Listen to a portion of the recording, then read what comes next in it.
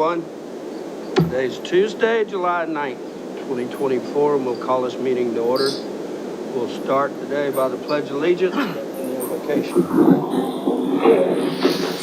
Allegiance to the flag of the United States of America and to the republic for which it stands, one nation, under God, indivisible, with liberty and justice for all. Please bow your heads. Dear Heavenly Father, Lord, I just thank you. I thank you for this day. I thank you for all the residents that live in our town. I thank you for all of our town employees, and I thank you for all of our council members. Lord, I thank you that we get to live in this beautiful place and call it home. Lord, I pray over our night tonight, but pray over this meeting. I just surrender it over to you and pray that you would guide us and lead us. And I just pray most of all that your will would be done.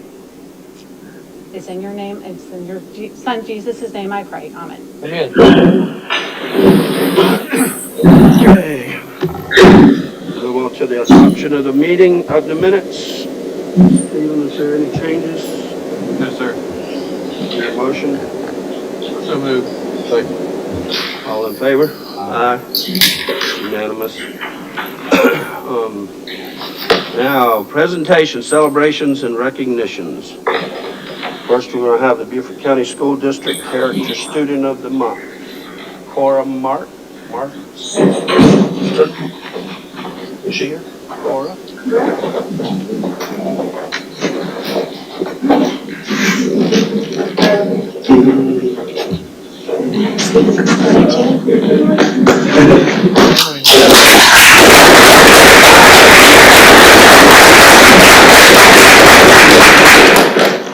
Cora's here because she was chosen for responsibility and cooperation. So that means like you're really responsible and you just do everything right. You have a mom here, a teacher, anybody that wants to come up and say a few words? Mom? Got a couple of little special things for you. Not everybody gets that. You have to be super smart and super good to get those. Who else? Your mom? I'm a teacher. Okay. You want to say anything about her? Tell everyone why she's here. Well, she's just an awesome student and an amazing young lady. She's very responsible. She takes care of her work first. The other kids love her. She gets along with everybody. All the teachers love her. She's just awesome. Are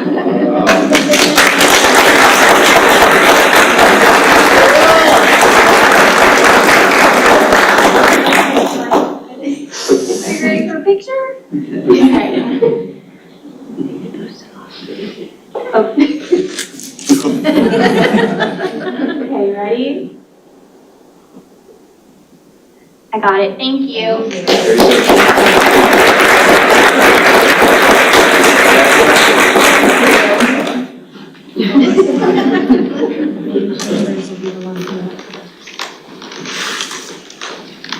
Lynn Chambers? Are you ready? Oh, there she is. Up next, we have the Gullah Geechee Heritage Month proclamation. Whereas Africans began arriving to the Sea Islands in the 1500s, whereas the descendants of this group are called Gullah Geechee. In 2000, this group from throughout the Sea Islands and Low Country of the Carolinas, Georgia, and elected Queen Quet as a chiefess. Okay, I never could say that. Of the Gullah Geechee Nation. She has since served as the official head Bondi. Okay. And spokesperson. Okay. Whereas the town of Bluffton supports the continuation of Gullah Geechee cultural heritage and sustainability of the Gullah Geechee Nation. Now, therefore, I, Mayor Larry Toomer, along with Bluffton Town Council, do hereby proclaim July 27th through August 4th as Gullah Geechee Nation Appreciation Week. Would you like to tell everyone about this year's theme? So this year's theme is, for Gullah Geechee is celebrating the Carolinas. And I am here in the presence of Chiefess Queen Quet. Anything you want to share? Yes.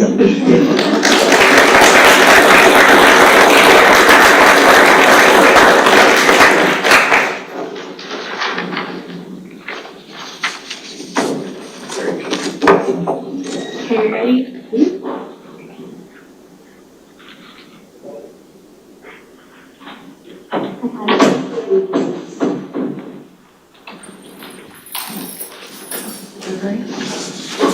I think I need to call her up too. What should I? Dot? Miss Dot? You too. Bring him too. Gary, Tall man too. Mary, all of them. Come on.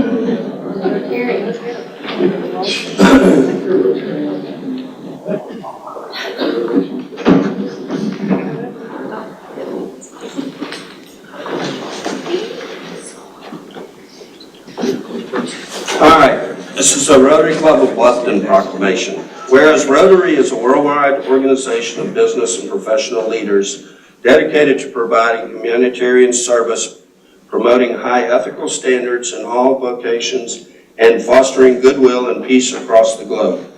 And whereas the Rotary Club of Bluffton, chartered on April 18, 1988, is part of the district's 7,770, which spans 27 counties and includes 74 clubs with over 3,500 members. And whereas the Rotary Club of Bluffton has been an integral part of the Bluffton community since its inauguration project, a community Thanksgiving dinner and an oyster roast, the later of which has evolved into a major annual fundraiser, along with events like Mayfest and Historic Bluffton Arts and Seafood Festival. And whereas the Rotary Community Center was funded by the Bluffton Rotary Club and generously donated to the town in 2005, and in collaboration with the town of Bluffton, the Bluffton Rotary Club raised $300,000 to assist in the completion of the Field of Dreams Park as a part of the master plan of the community center. And whereas in 2022 through 2023, the Bluffton Rotary Club was honored as Club of the Year in District 7770, with Dot Yeager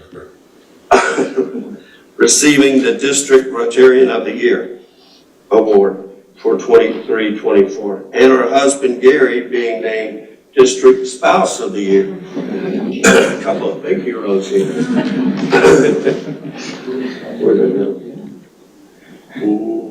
Whereas the Bluffton Rotary Club has a distinguished history of charitable giving, including contributions of $50,000 to local charitable organizations this year alone. And whereas the Rotary Club of Bluffton exemplifies the motto, service above self, through its unwavering commitment to the community service and support.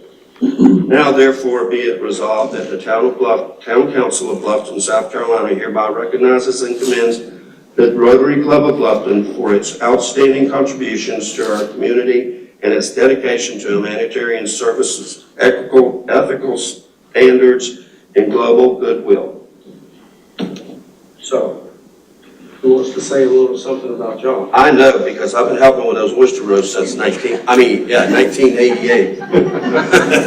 And I've done wonderful things Well, right now. as past president, as of June 30th, this is about our year, and it was a great year, and we love our community, and that's why we keep doing what we keep doing with all the festivals and the fundraisers, and we want to keep continuing our service above self to give back to our community that we all love.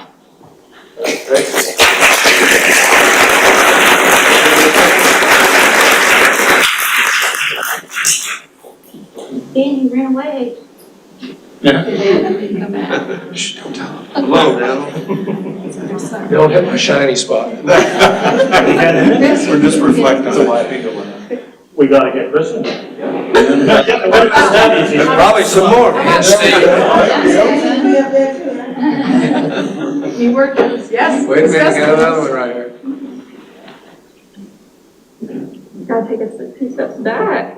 Ultra All wide. right, are you ready? All right, I got it. Thank you.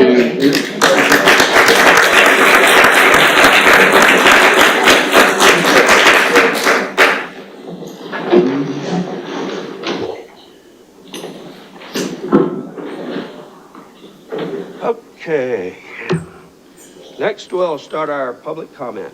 Introduction of employees. Oh, where's that at? Oh, okay, I see. Sorry. Introduction of new employees and recognition of promotions. Annie Evans, Director of Human Resources. I'm not Annie, You don't look like an Annie to me either. but I'm going to go ahead and get us started if you don't mind. Kevin Eichert, I'm the Director of Growth Management. So I have a lot of individuals here that have recently started or have had some promotions. Anna Bashaw, she is our newest customer service representative. She was an intern with us for the past two years. We're excited to get her on full time. Mary Sue McIntyre, she was promoted from customer service representative to principal customer service representative. So that's in our customer service department. Next, I have Katie Ponce. She was promoted from principal customer service to the growth management coordinator. So we're excited to have her in that position. Next, we have Christopher Sim. He's our newest building inspector. He's reporting to Marcus No. So he's out in the field and in the office quite a bit right now. So it's a big learning curve for him. So we're excited to have him on board. Next, we have Andrew Cochera. Close enough, right? He's our intern this summer. We've got Andrew working on a lot of data collection for us. So he's been doing a great job. Angie Castrillion. Close enough. All right. She is our newest planner. Angie was actually an intern with us last summer. She just recently graduated with her master's degree from the University of Florida in urban and regional planning. So we're excited to have her on. And Dan Frazier, our principal planner, has just been recently promoted to the planning and community development manager, which is a position that I was dual holding. So I'm excited to have him take on more of a leadership role. So we've had a lot of things happening in the growth management department. Great, congratulations. Thank you.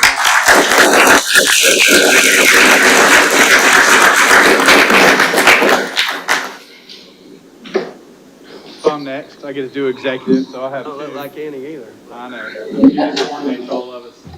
So y'all know Carrie. She's the reason that Katie got promoted, moved over, because Carrie came back to be assistant clerk when we moved her back a few months ago. So excited to have her in the back. And then we have, you go by Larry, Florence Beckler, who is our new director of public services. He replaced Derek when he left. He came to us from Hilton Head. He's been with Beaufort County. He's also been with TCL in similar roles. So we're excited to have him. He's been here for 4 weeks. So we're excited he's doing a good job through the first 4 weeks. Excited to have him. So welcome aboard. Great. Thank you.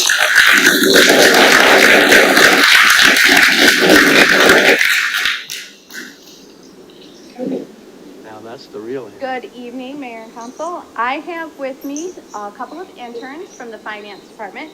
First, we have Laura Edwards. She is currently obtaining her bachelor's in Finance, Health Policy and Management and Financial Planning from UGA. And then we have Andy. He is currently obtaining his bachelor's degree from Lander in Business Administration with a concentration in Finance. And we have a third intern from Finance who is not able to attend tonight. He is currently a rising senior at Whale Branch Early College High School, and his name is Christian Vasquez. Great.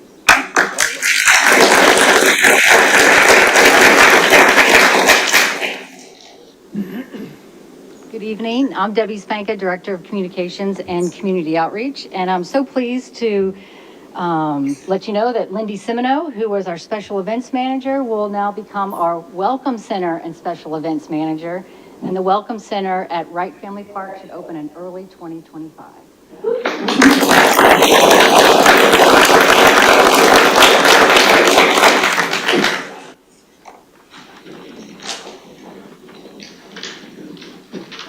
Good evening, Mayor and Council.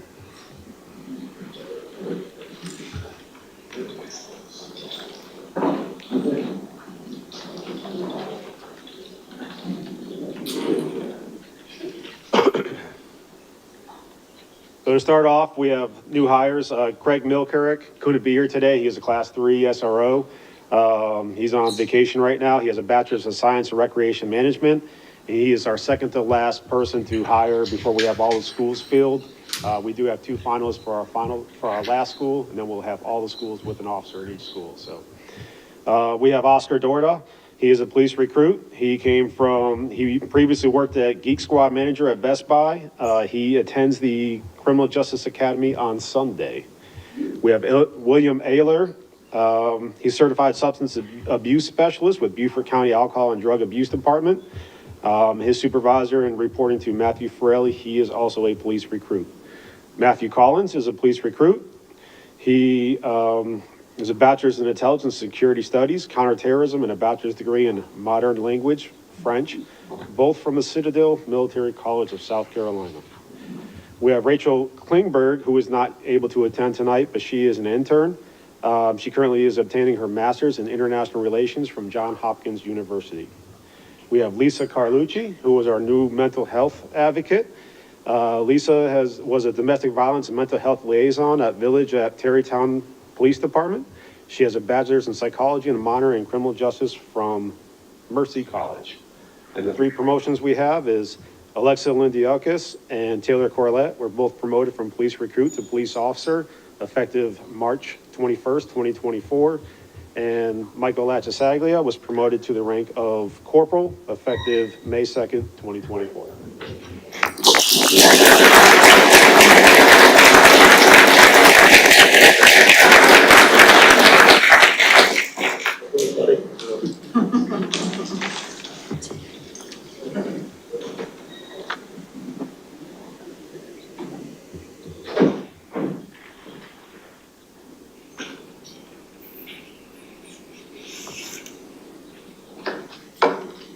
We have any more, Marcia?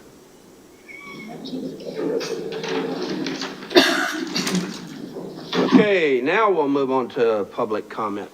We have a lot of them, so if someone wants to ditto what their neighbor just said, you don't have to, but if you want to, you can. During public comment, each speaker is limited to a total of 3 minutes per meeting, regardless of whether the person is speaking on their own behalf or as an agent for others. Meeting attendees may not donate, transfer, yield, or give all or any portion of their speaking time to another person. All public comments are to be conducted from the podium and directed to the town council as a whole and not to any member thereof. All speakers shall be mindful and respectful of those participating in or present at the meeting. Speakers shall be expected to be civil in their language and shall refrain from comment or behavior that involves disorderly speech or action, name calling, personal attacks, threats, obscene or indecent remarks, and or disruptive actions. All speakers shall confine their comments to issues under the jurisdiction of the town council. Speakers shall not use the public comment period to promote or advertise awards, businesses, services, goods, or candidates for public office. Any speaker that violates these rules and protocols for public comment may be ruled out of order by the presiding officer, and any person whose comments who have been ruled out of order shall immediately cease and desist from further improper comments. The refusal of any individual to desist from further improper comments may be subject to the individual being removed from the meeting and or citation under section 2-49 of the town code. So, Marcia, who's first? Hey, Howard.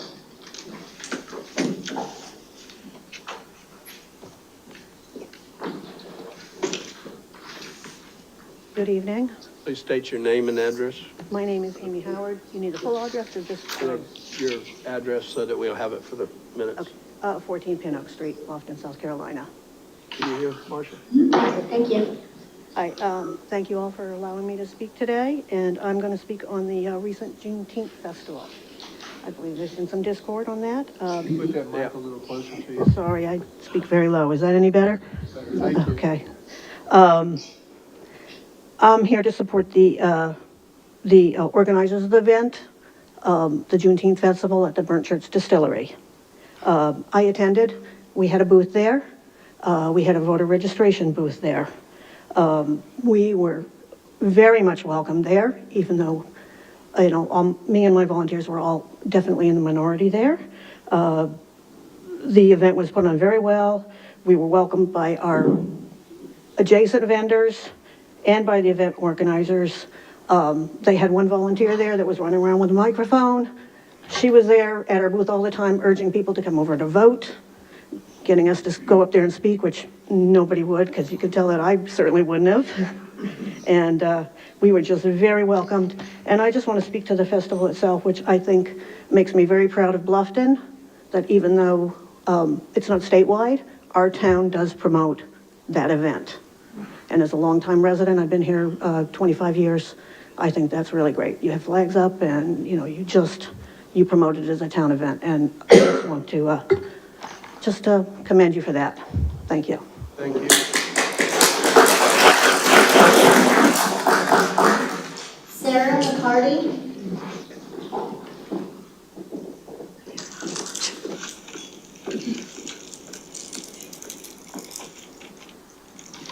Good evening. Name and address, please.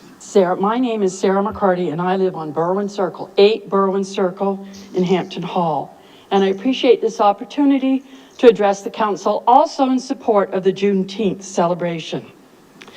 When I drive through the town of Bluffton, I always enjoy the banners on the lampposts. In May, the graduation banners moved me because they expressed support and pride for our youth. In June, when I drove through the town, I remember saying to my husband, "Gee, the Juneteenth banners are up."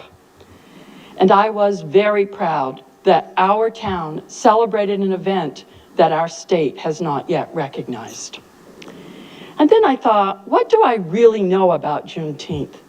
Probably not enough. So I started to read. And when I did, I came to realize that this is a holiday and event worth supporting.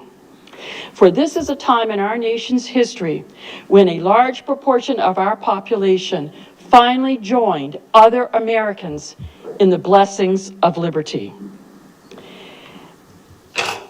And this celebration motivated me to learn and try to understand better its significance.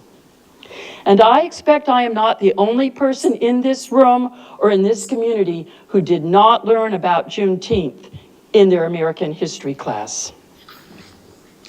Then, during the Juneteenth festivities, I had the opportunity to staff a booth both Friday night and Saturday night, including in the Burnt Church Distillery.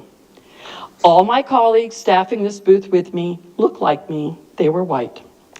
And I admit I worried a bit that I might be seen as usurping an event that was not mine to celebrate. But the atmosphere of both evenings seemed like celebration of community and family. And at no time was I ever felt or made to feel unwelcome or uncomfortable, and I was certainly never challenged about the reasons I was there. As we move forward into a representative democracy, we should all celebrate the pivotal moments that move us ever closer to the American ideal that we all pledged allegiance to tonight: liberty and justice for all. And I thank the town for your support of Juneteenth. Thank you.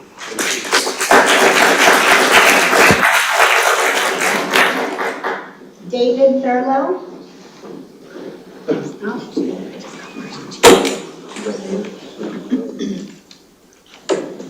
Mr. Mayor, members of Town Council, my name is Reverend David Thurlow. I live at 131 Bridge Street here in Bluffton, and I'm here to speak to an item which many people here will also be addressing tonight, and that has to do with the proposed look at the noise ordinance revision.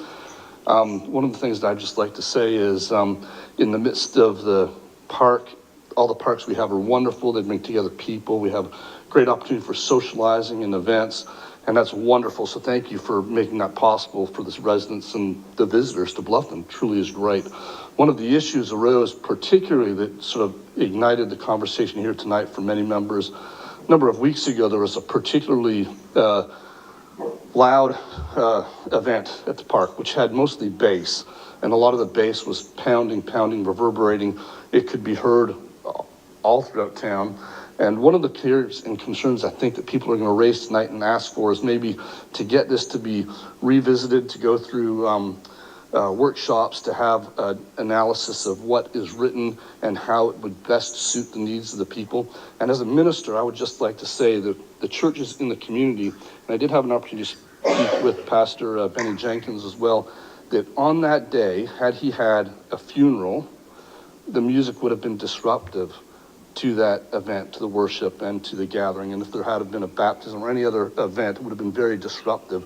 So I hope that town council, in reviewing this issue, gives some true thought as to maybe how we could look at the issue and have means where if there was something that was truly disturbing the peace and quiet in the community, which the ordinance is obviously there to protect, that there would be means to address that and have it addressed on the spot, as opposed to just complaining and having, let's say, a worship service disrupted, only later to have redress given. So I thank you for your time, and thank you for what you do for our community. Thank you.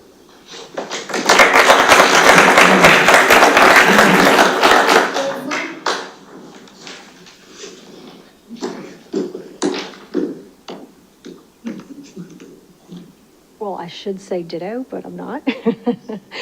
Good afternoon, Mayor Toomer and council members. I am Ansley Manuel, and I live at 104 Pritchard Street. On behalf of many of the residents living in downtown Bluffton, we need to revisit the noise ordinance to ensure those living in the historic district have the same quality of life as others do living outside the district. The frequency and volume of events is interfering with the lives of locals. We are working parents, working citizens.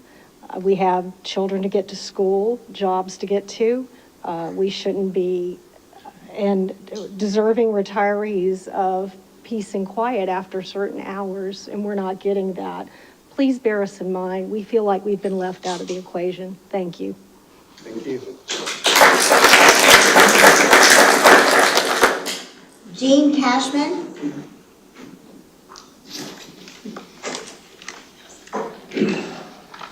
Mayor, council, my name is Gene Cashman. I live at 131 Bridge Street. My family's been in Bluffton for over 100 years. For me, it's 4 months short of 83. I've seen and experienced growth in population as well as in regulatory encroachment. Heraclitus was right in 501 BC when he said there's nothing permanent about the future except change. Change is not all bad. However, sometimes in the whirlwind of doing what you think or others think or thought was right, that action gets superseded when growth occurs. Things change.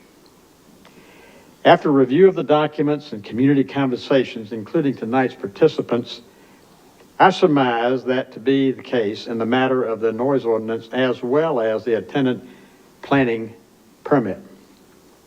They need to be revisited, properly aligned, and where indicated, changed.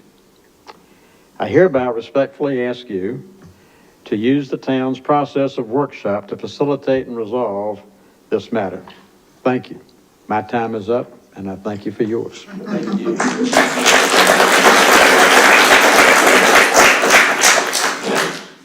Judy Bradley.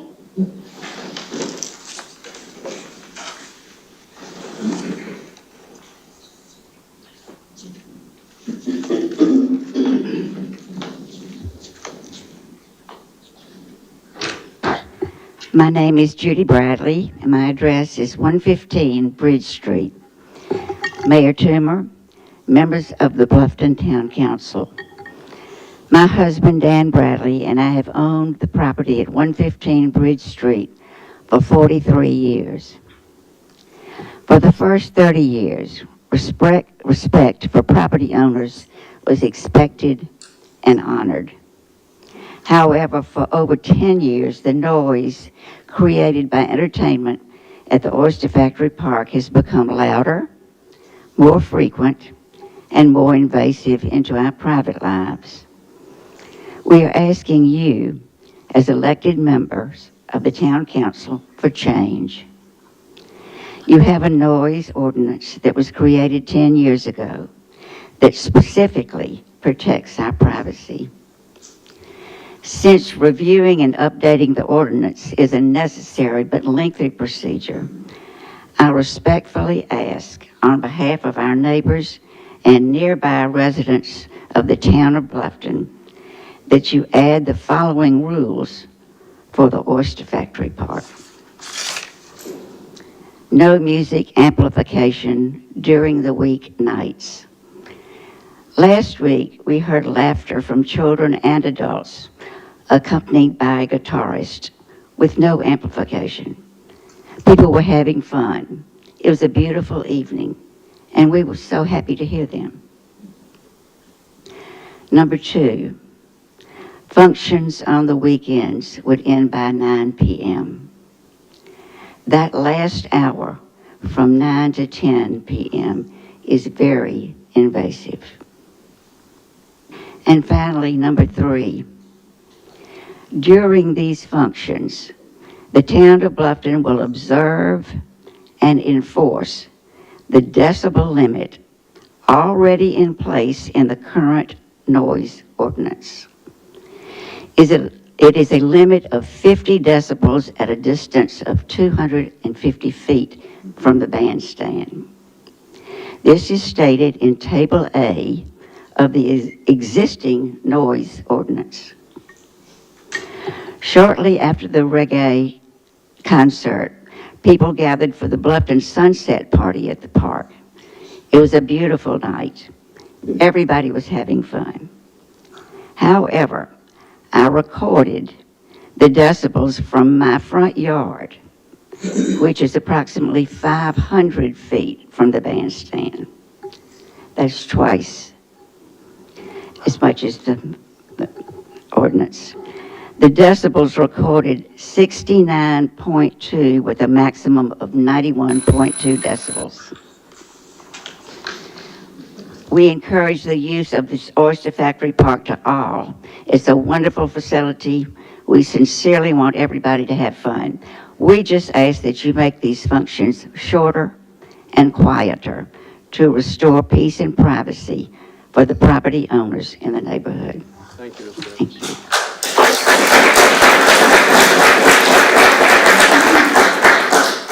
Sharon Brown. Good evening. Sharon Brown, 163 Buck Island Road, Bluffton, South Carolina. I'm going to read the vision statement for you guys. It says, Bluffton, the heart of the Low Country, a town that appreciates the past, focus on today, and is planning together for a greater future. These folks came up and talked about Juneteenth. When I asked you guys, who all was at Juneteenth, since this town embraces it? Was anybody there? Okay, that's my problem. Mayor, you came there, and I'm going to speak out directly to you. You came, and you set up a table, and you left.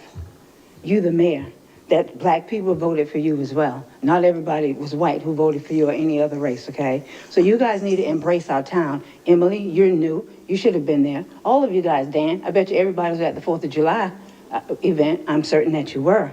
So with that said, I'm going to go on and talk about we take our citizens, the town, each other by continuously making our community and organization better. How can we make it better when we're so separated? Can we make it better? We can. We need to come together. With that said, I'm going to move on. So this is a reference to Hamilton Grove, okay?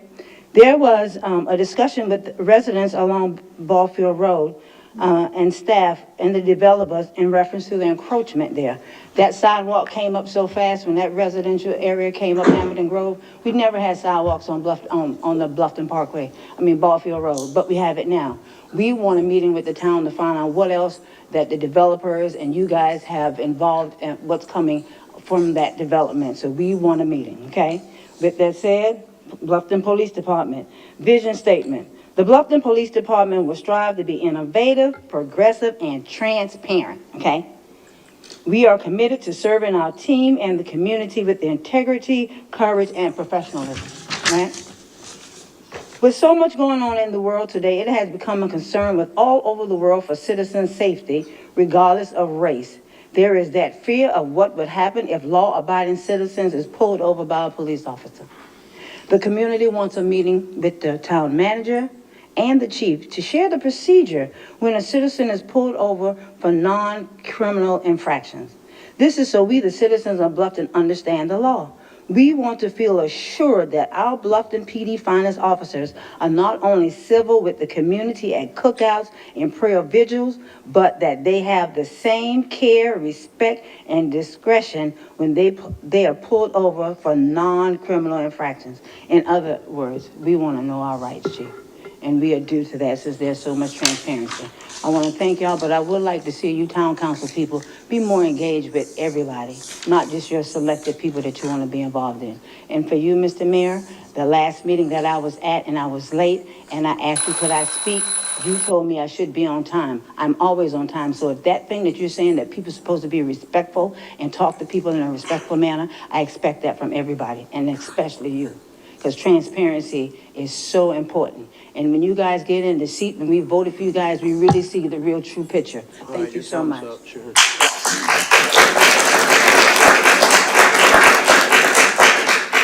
RJ Heath. Evening, Mayor, Council. RJ Heap, 1 Sunset Bluff, Beaufort.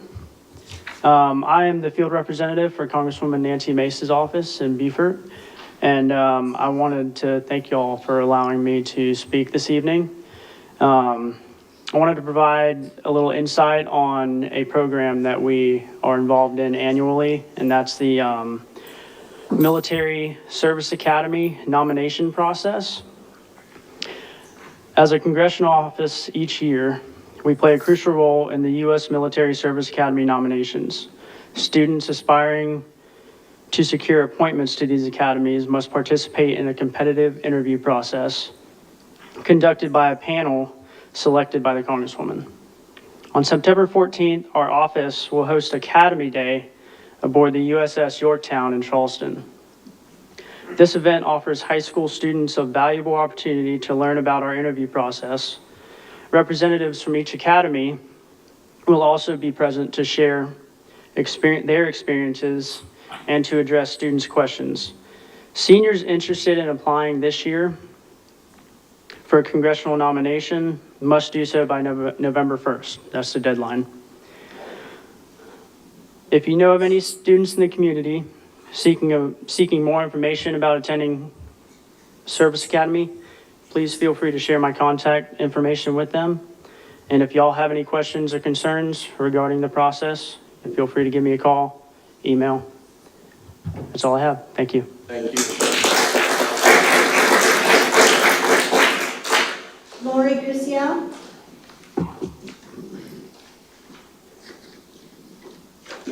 Good evening, Mayor and council members.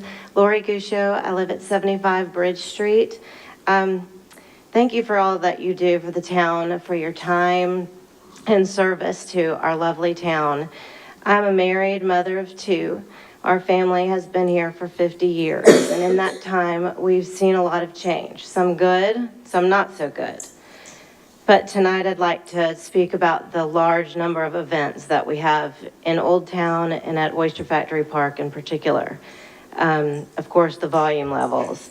There seems to be no limit to the number of events that we have in town. We have several months where we have several days and nights a week where we have an event. We have concerts, festivals, parades, races, private events. They're plentiful in just a tiny little area. Now, we live outside of the 50 decibel range, and we regularly record levels higher than that from sitting on our porch. And we don't always enjoy the thumping of bass from within our home for hours on end. And while we were pleased to see the proposal for a little more peace on Sunday, we hope that you'll consider even more regulation on the time and number of events. As residents and neighbors, we love sweet wedding celebrations and birthday parties, the occasional fundraiser. Those are wonderful things. But the town has many, many venues, so we would love to be able to spread a little of that out, the nuisance and the love out to other areas in Bluffton, perhaps even to areas that are more equipped to handle large events more safely and securely. We deal with noise levels, but we have restricted access to our homes. We worry that emergency services can't get in to our elderly parents and neighbors should they need to. The streets are full of foot traffic. The streets are barricaded. So that's a big concern. We have an increase in vagrancy at the oyster factory, both day and night. We regularly have people trespassing on the property and driving through our driveway. We have large volumes of traffic going at high rates of speed down Bridge Street with no regard to children or adults, people walking their pets. And we're increasingly concerned about the volume of traffic in and out of the landing, many of whom are highly intoxicated. I'd love to address the speed limit on our side streets, the need for speed bumps on Bridge Street, and more police presence, but that'll have to be on another day. But again, thank you for your time and your consideration and for all that you do for our town. We as residents in Old Town would just really appreciate a little more consideration about our quality of life. Thank you. Thank you.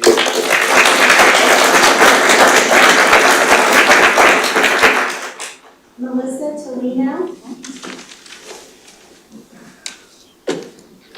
I am Melissa Tolino. I live at 142 Horizon Trail. I border the linear line that you guys are putting almost $6 million into. I know that there's a $2 million that was given as a grant. I just am curious how many of you actually have been out there and have seen it, because I don't think it's worth the investment. There are aspects of it that I think are great, as far as the parking lot, the bathroom, putting the pavilion dock at the end. But as far as paving it, I don't see enough foot traffic on there to utilize it. And people that do come out there with their dogs, they're not going to be able to walk their dogs anymore on that trail because, I mean, we all know what concrete is, you know, turf is, it's hot. And so the other thing too is that area has seen where Four Seasons has been trying to build a bridge out to it. I'm assuming it didn't have a permit once we notified the town that this was going on because it stopped. There is some activity going on, so I don't know if you guys have gotten permits filed for it, but there is something going on out there. And then the other aspect too is, you know, there used to be people dumping cars in that parking lot. So I am happy that it's going to be, you know, lit, cameras, the gate. But there are aspects about this trail that I just don't understand why we're pouring that money. And I feel like the money could be utilized somewhere else. Like, I know we're trying to grow the town and bring all these quality of life spaces. I just don't see it. I do love going down there myself. It's very buggy. That's another thing too. I don't know if anybody's been down there, but you'll get eaten alive. The rice fields are best sunsets, if you ask me. I like going down there for the sunsets. I'm just trying to figure out how, like, because I've heard, you know, people be able to take a bike down there, rollerblade down there. It's not a start to finish. You're starting in the center to go down to actually use the 3 miles that trail goes. So I'm just kind of curious as to, have you been there? Are we really doing this? And is there a way that maybe we can say $6 million might not be really worth the full investment and use it somewhere else within the town? That's what I have to say. So, thank you. I mean, I have other topics to talk about, but I mean, you all know me, so that'll be for another day. All right, thank you. Thank you. Matt Jordan.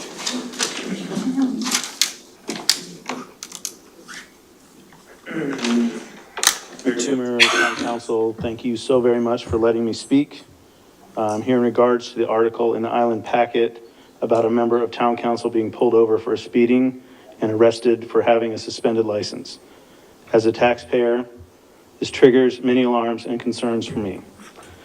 The article also states the council member has demanded $2 million for this incident.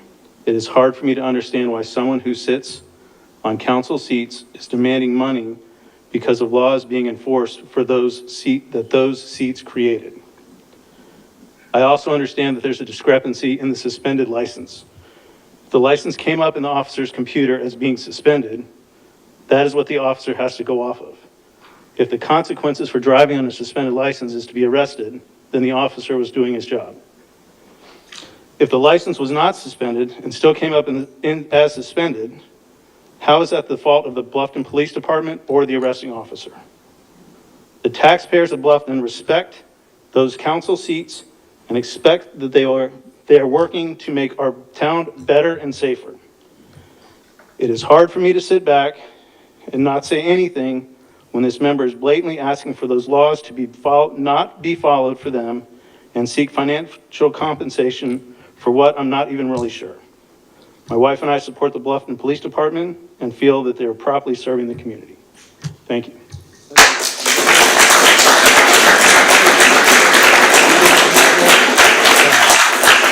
It was 2 Bracken Firm.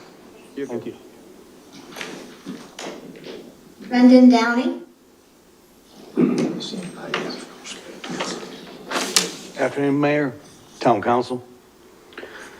I just want to reiterate. Name and address. Oh, you know me, Larry. Brendan Downey, 2 Fisherman Lane. I just want to reiterate what Mr. Jordan just said. We voted you in. You work for us. Do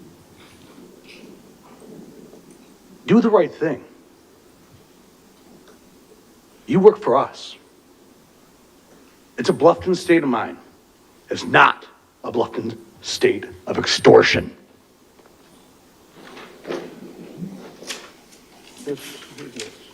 John Hayward.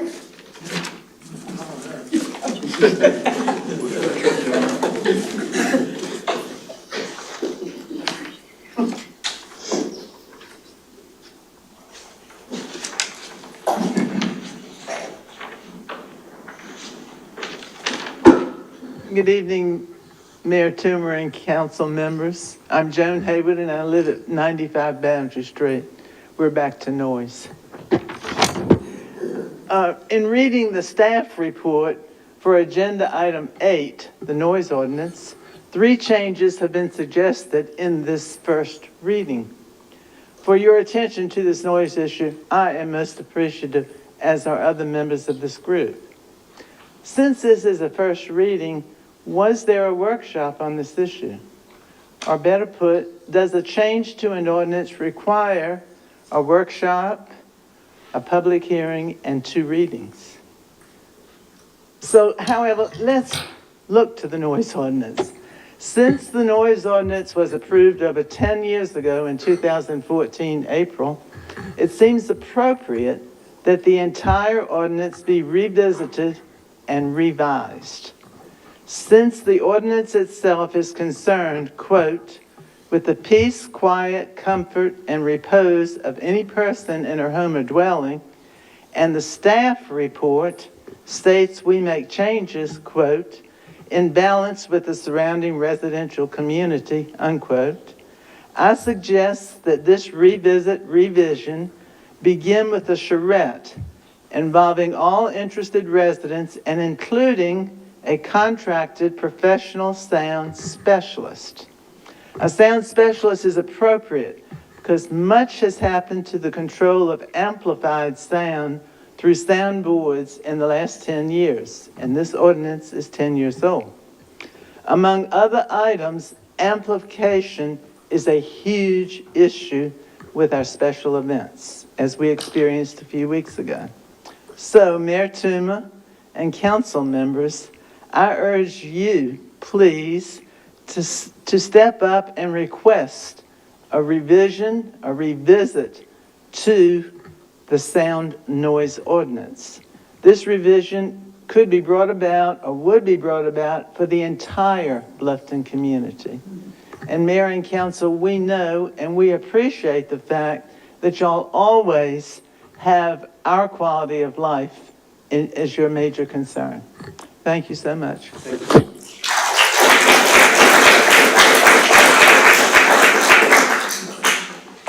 Jane Hannah Long.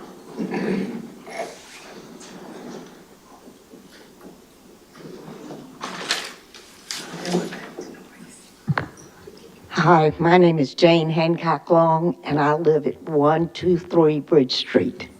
My family has lived there off and on for 100 years. Now, I'm not quite that old. I'm not going to tell you how old I am, but I'm gaining on it. And I have seen lots of change in Bluffton since I was a little girl. And most of it is wonderful. And I think the parks are wonderful. I think places for people to gather are wonderful. However, I don't want my house to rock and roll at 10 o'clock at night. The house is almost as old as I am, and it doesn't need that.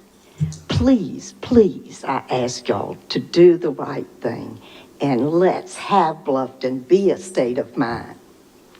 That's what it was when it was calm. Thank you. Thank you.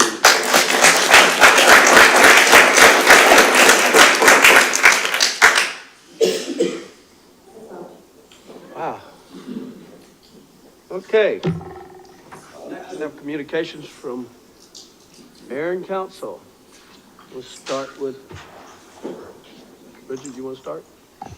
Yeah, I just wanted to acknowledge two members who contributed a lot to this community who've passed recently.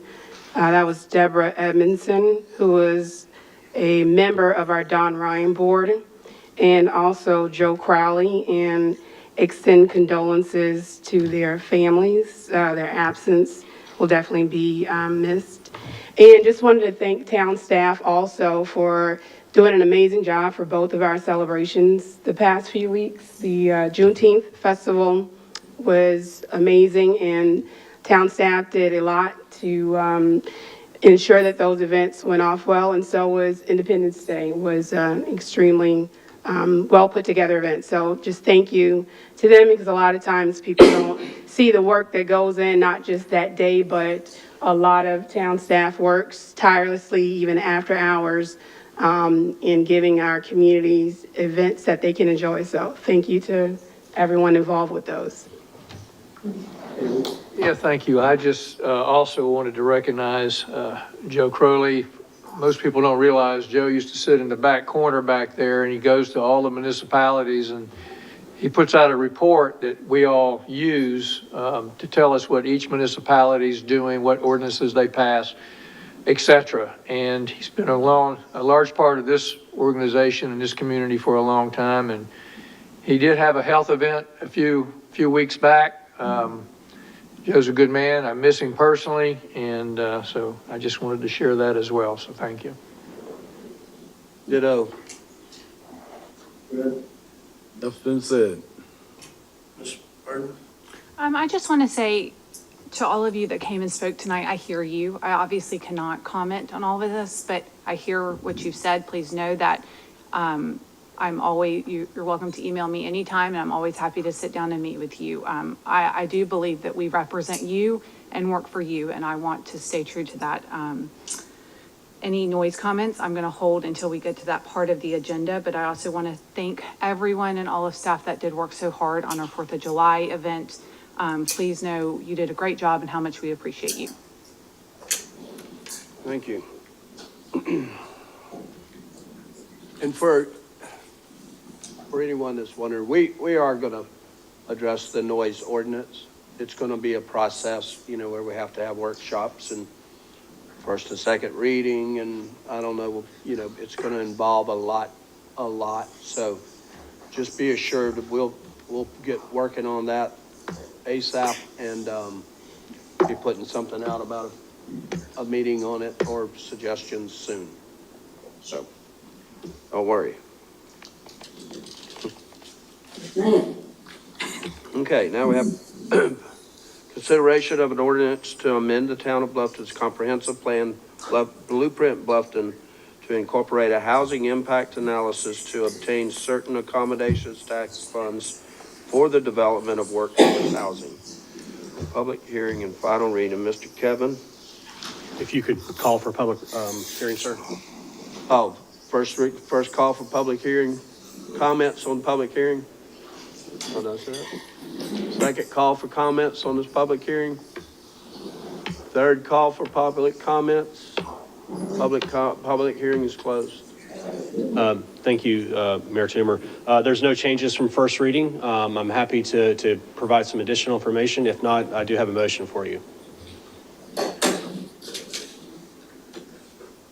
Any comments questions for Kevin, anyone? Okay. I'll make a motion. I move to approve the comprehensive plan amendment to incorporate the housing impact analysis into the town of Bluffton comprehensive plan. Is there a second? So moved. All those in favor say aye. Aye. Aye. That's unanimous. Thank you, Kevin. Thank you. Formal agenda items. Consideration of an ordinance to amend the Town of Bluffton Code of Ordinance, Chapter 13-13, Public Property, Article 2, Public Park, Dock, and Boat Landing Rules as it relates to the new town parks and facilities. And Chapter 12, Environmental, Article 3, Noise Control. This will be first reading, Heather. We were considering pending doctrine on this issue, correct? You could? If we could? I believe you could, yes. That's correct. The motion to approve would have to just mention that. Okay. This will be my first one doing it, so you don't remind me. Okay. Okay, so I'm here today to talk about a couple of things, all in one, all related. But the first one is, well, it is to present the proposed amendments to the Municipal Code of Ordinance as it relates to some of our new facilities at our parks, new parks, and as related to some of the public comments to the noise associated with some of those parks and facilities. I'm here because, as you know, in your strategic plan, we had various different projects identified, and I will go through those. Now that those projects are either underway or have been completed, we need to go ahead and codify those rules that address those parks. The first one is the splash pad at Oscar Frazier Park, and I am pleased to announce that we have our DHEC pool permit in hand today. So we are ready to mobilize on Monday. It is later than we thought, but there are, as we know, a lot of outside agency approvals and things like that that tend to affect your time frame. One of the things that we do have to codify is the rules for that. In the Oscar Frazier Park, there are the different elements in the municipal code identified, such as how that's organized. So the baseball fields, the dog park, the Rotary Center all have separate rules. One of the set of the rules that we need to adopt for this is the DHEC, the rules as they're associated with a pool. They do classify this as a pool, so there are standard requirements that the state does require us to have. So those will all be incorporated in signage, and actually DHEC has to actually approve the sign. So there is a reference to that.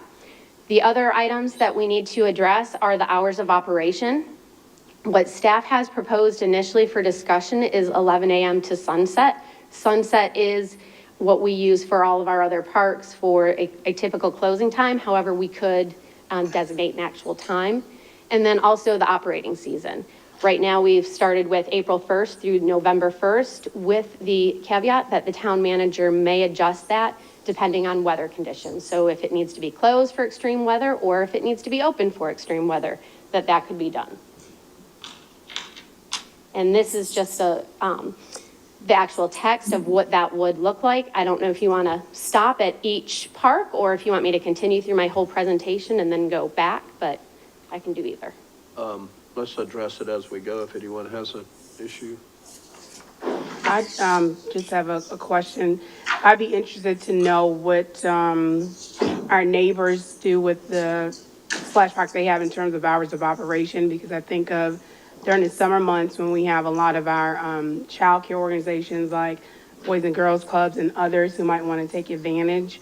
It might be, advantageous if we could set that at 10 and maybe kind of, give an opportunity where people might be able to stagger the time that they would bring their facility there so you don't have everyone at once, just a suggestion of what to look into. But I think that morning time to sunset is a appropriate time.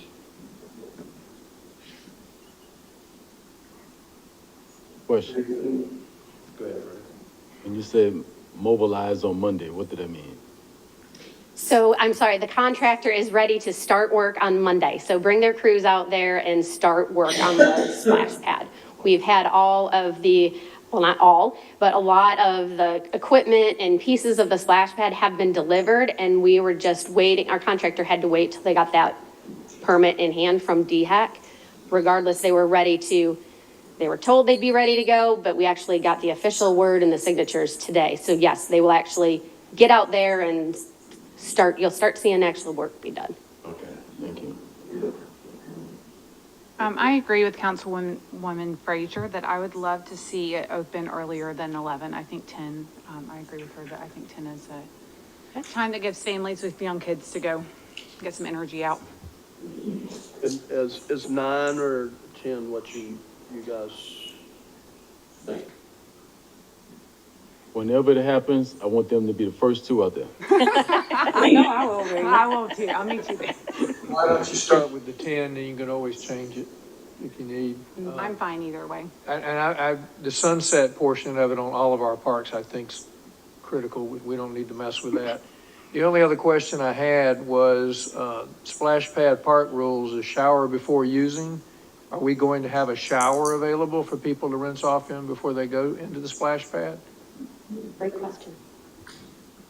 That's a standard DHEC rule, so that's a great question. Got to shower before you go in. It's in the rules, but I don't know that we have a shower there. A lot of places you have something you step into, rinse off before you get in. I don't want to go through assumptions, and I will certainly look at the plans, but since DHEC has approved our plans and ready to operate, I believe we should be covered, but I will definitely. It's a public pool, therefore public pool rules. Yes, to that end, DHEC would not have given us a permit if we are not in compliance with the regulations. But does their regulation require a way to shower? Let me leave it with this. Yeah, I'll so we check don't in. Look back into it, they have like 37 I was rules. going to say, let me leave it with this. If we don't have a shower there, it's easy to put one there. Right. And we move on. Just to speak to that, I would say, I know firsthand when they put that suggestion in there, it's more so given like a hygiene recommendation, just as if you know that you have diarrhea, whatever, they would say stay away from the pool because of that.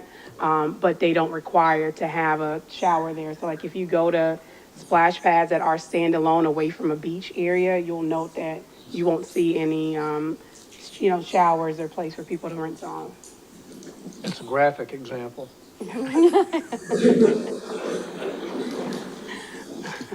Okay, so you want to just make notes on these changes as we go, and that way we can, Changes or suggestions? I'm not sure we should change anything that doesn't require, DHEC approval. So the only thing would be whether council is supportive of the 10 o'clock change. We had 2 that suggested it. If the majority of council is good with that, when it comes time to make a motion, we would need to reflect that in the motion to adjust it to 10. From 11 to 10 a.m. Yeah, I wasn't talking about the time, I was talking about the shower. Sorry. No, I thought you were talking about sorry about that. we got plenty of water there, so if we don't have a shower, then we're just going to have to have one. It doesn't have to be an enclosed shower to shower and Not at all. change clothes. It just needs Like going to the just a beach. place to rinse off. The shower component would not need to be included in the motion, but I'll get back to you on exactly what's included and what we can add. Just the only thing for the motion, like the town manager reference, would be the change of time, should council want to adjust that from 11 to. Right, and it's already in here so that you can make other changes on your own, right, Stephen? That's I mean, you due have the power to- like weather and unforeseen circumstances. I would say that I wouldn't be able to just change the hour uniformly, randomly, or throughout the year, unless there's a circumstance. We would need to set that with the ordinance. Question. The splash pad, what is the depth of the splash pad? How many inches of water or feet of water would it hold? It's 0. 0? DHEC classifies it as a pool because of how the water recirculates, I believe, so. Yeah. All right, then let it go. All right, thank you. Okay, only thing we're changing right now is 10 o'clock instead of 11. Correct?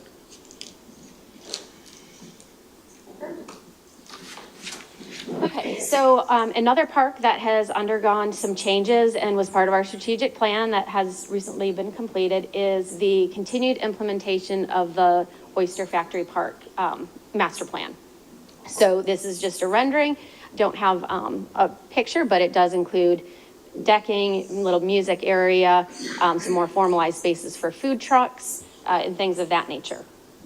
As we heard through some of the public comments, we anticipate that this will be used more, just as we make more improvements and just provide those areas, those designated areas.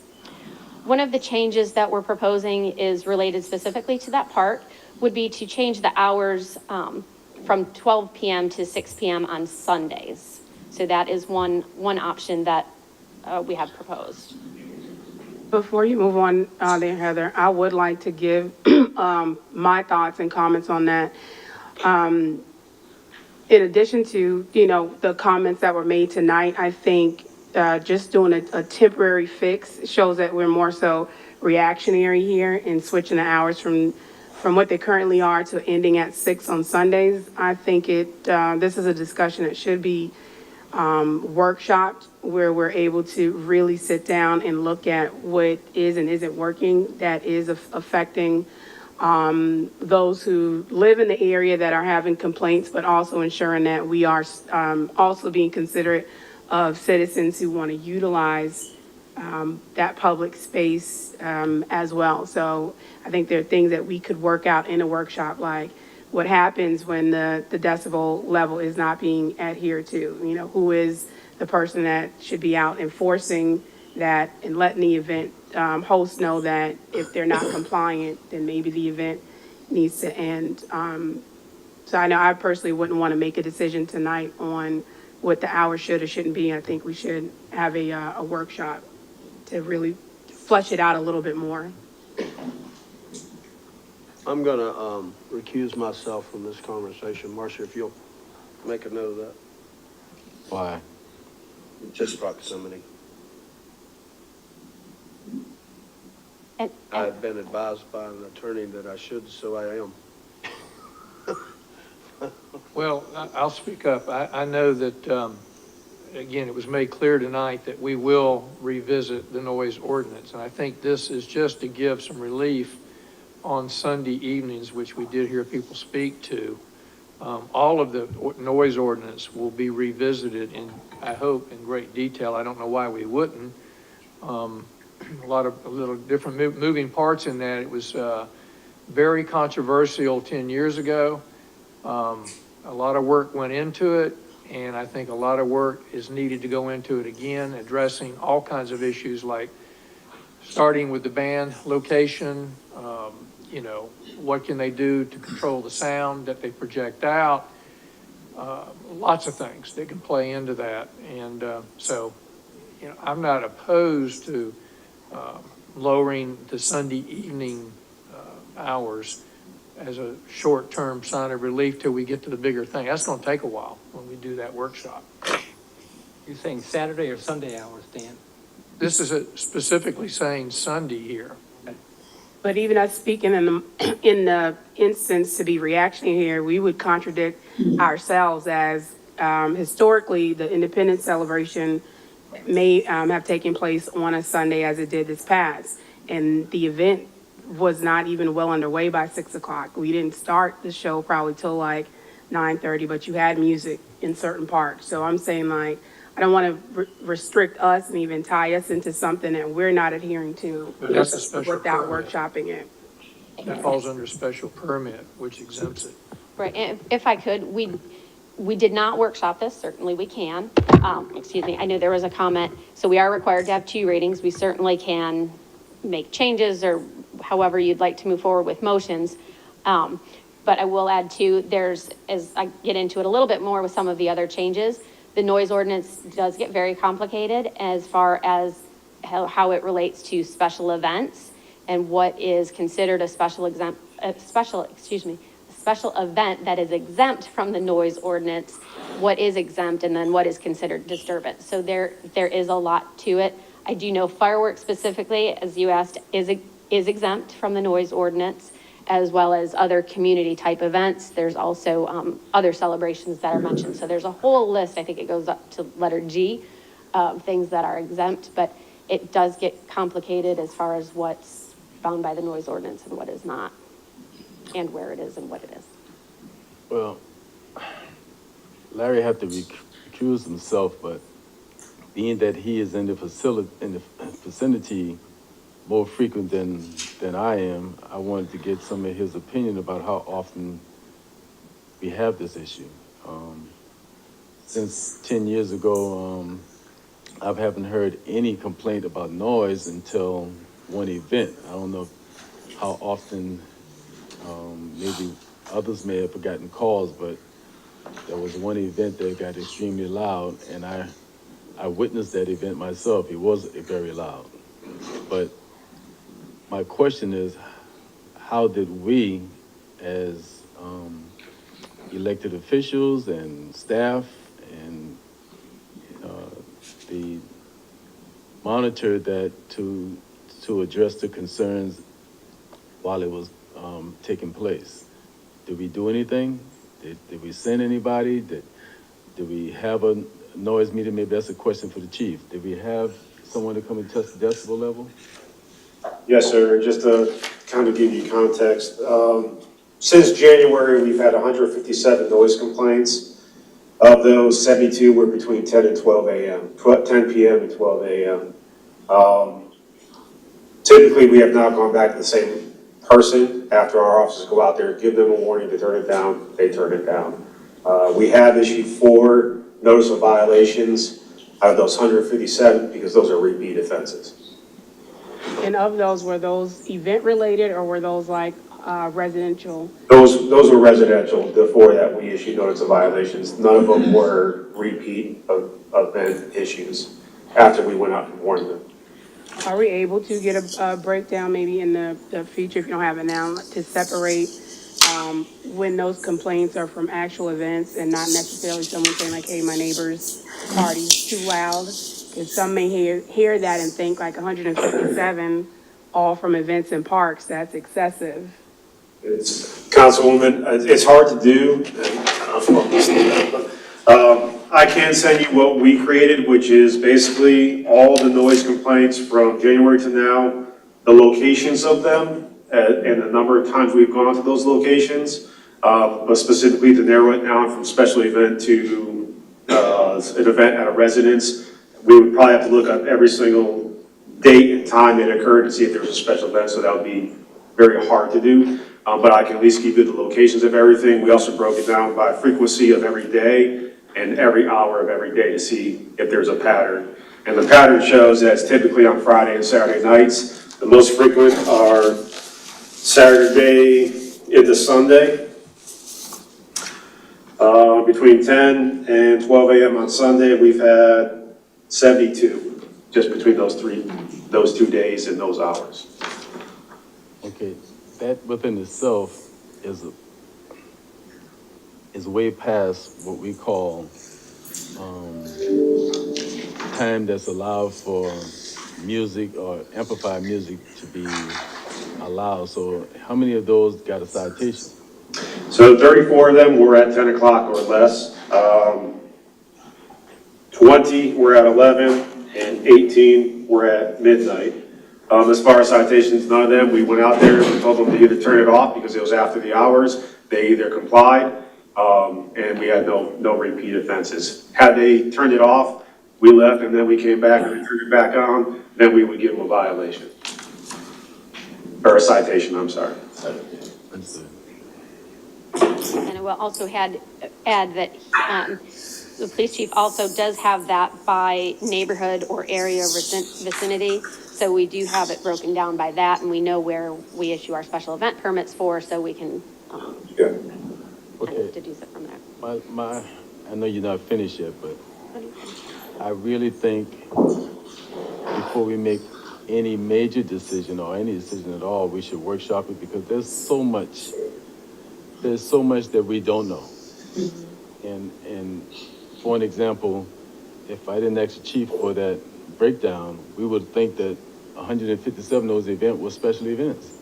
You know, so we're not comparing apples to apples. We got to make sure if we're going to make a decision, we're making a decision that's going to address the problem.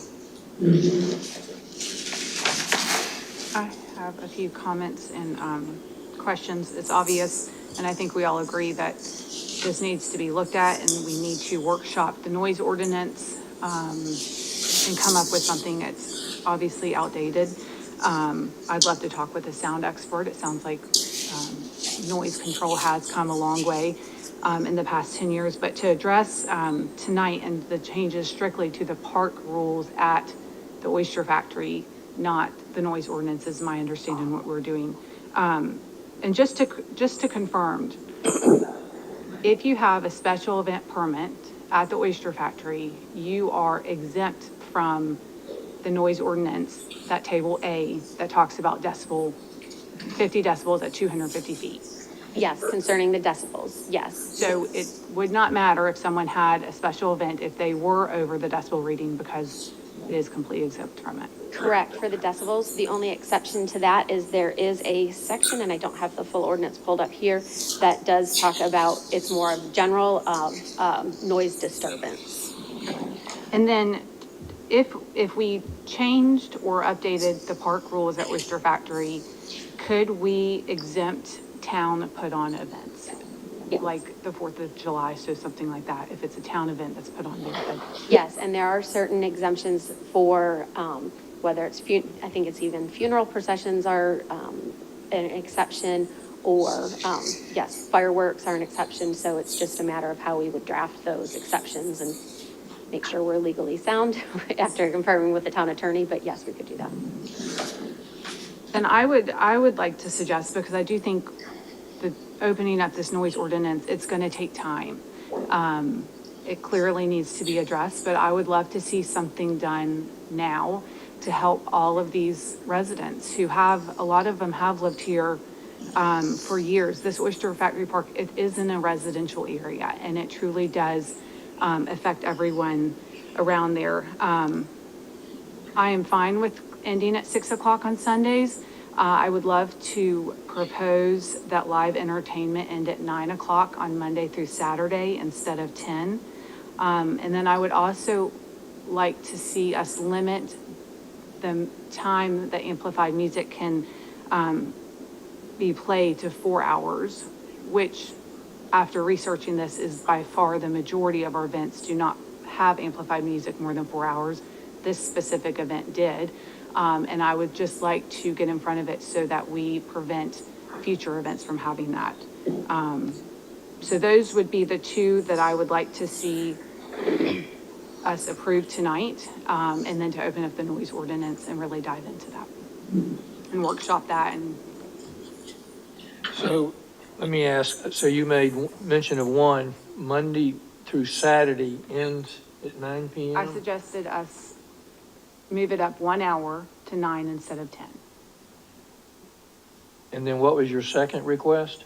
That we limit amplified music to 4 hours. Right now, someone could go out there from 12 to 10 if they wanted, pay the same amount of money as if they were only out there for 3 hours, and play music all day.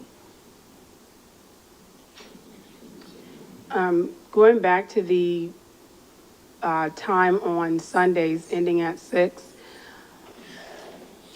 I think since someone to make a decision before we get to a workshop, I think there has to be some variances or considerations given in the time of the year in terms of when that's going to work and when it's not. For instance, we are experiencing extreme heat right now. And so many people are delaying their events to maybe not start until afternoon time, let's say a 4 or 5.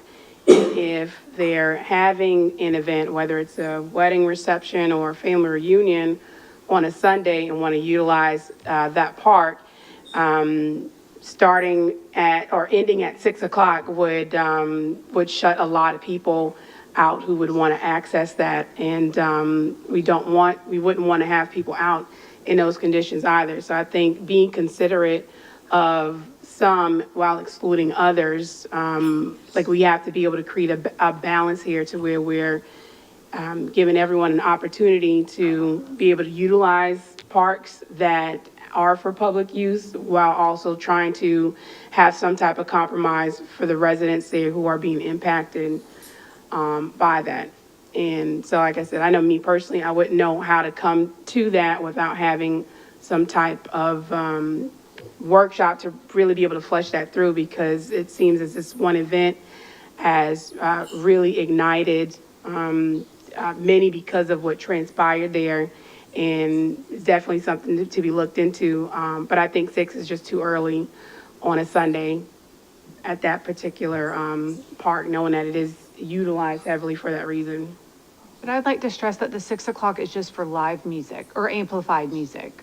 And so the event, am I correct, can go later than that. It's just the amplified music has to end at 6. Not, Right. not the way this is That's written. not the way it's written. Right now, it's outdoor entertainment and outdoor live entertainment. So the event can go after 6, it's just the music has to stop at 6. Correct. Which As it's written now, we could change that. Which would include acoustic music too, right? You're saying there's no entertainment after 6, based on how this is written? Based on how it's written. Because I'm saying like that would, to that point, Councilwoman Burton, if, you know, folks are able to know, like, yes, your event can still go on, but maybe we do say any event happening on a Sunday after 6, you're not allowed to have amplified music. It has to be acoustic music only, or something to that effect. Now that I could definitely support, you know, if that would provide some type of relief there. If we're going to address this, it says outdoor entertainment and outdoor live entertainment. So any kind of gathering could be considered entertainment. Which my suggestion was put some specifics in there to not let it be as ambiguous as it is now, because that might create more problems with someone who could get creative in terms of what they define as entertainment. Maybe put those parameters in similar to what commercial spaces have, and knowing like you cannot have amplified music in certain places.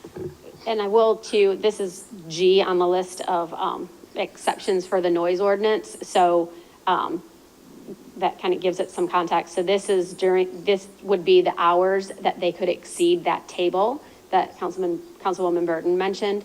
So again, this is just a snippet of that. So after that point, if it were to change to 9 or 6, whatever that is, then if the police were called out for a noise ordinance violation, if it exceeded it after that time, they could potentially get a ticket or a penalty, but before that, they would be exempt because they were under special event.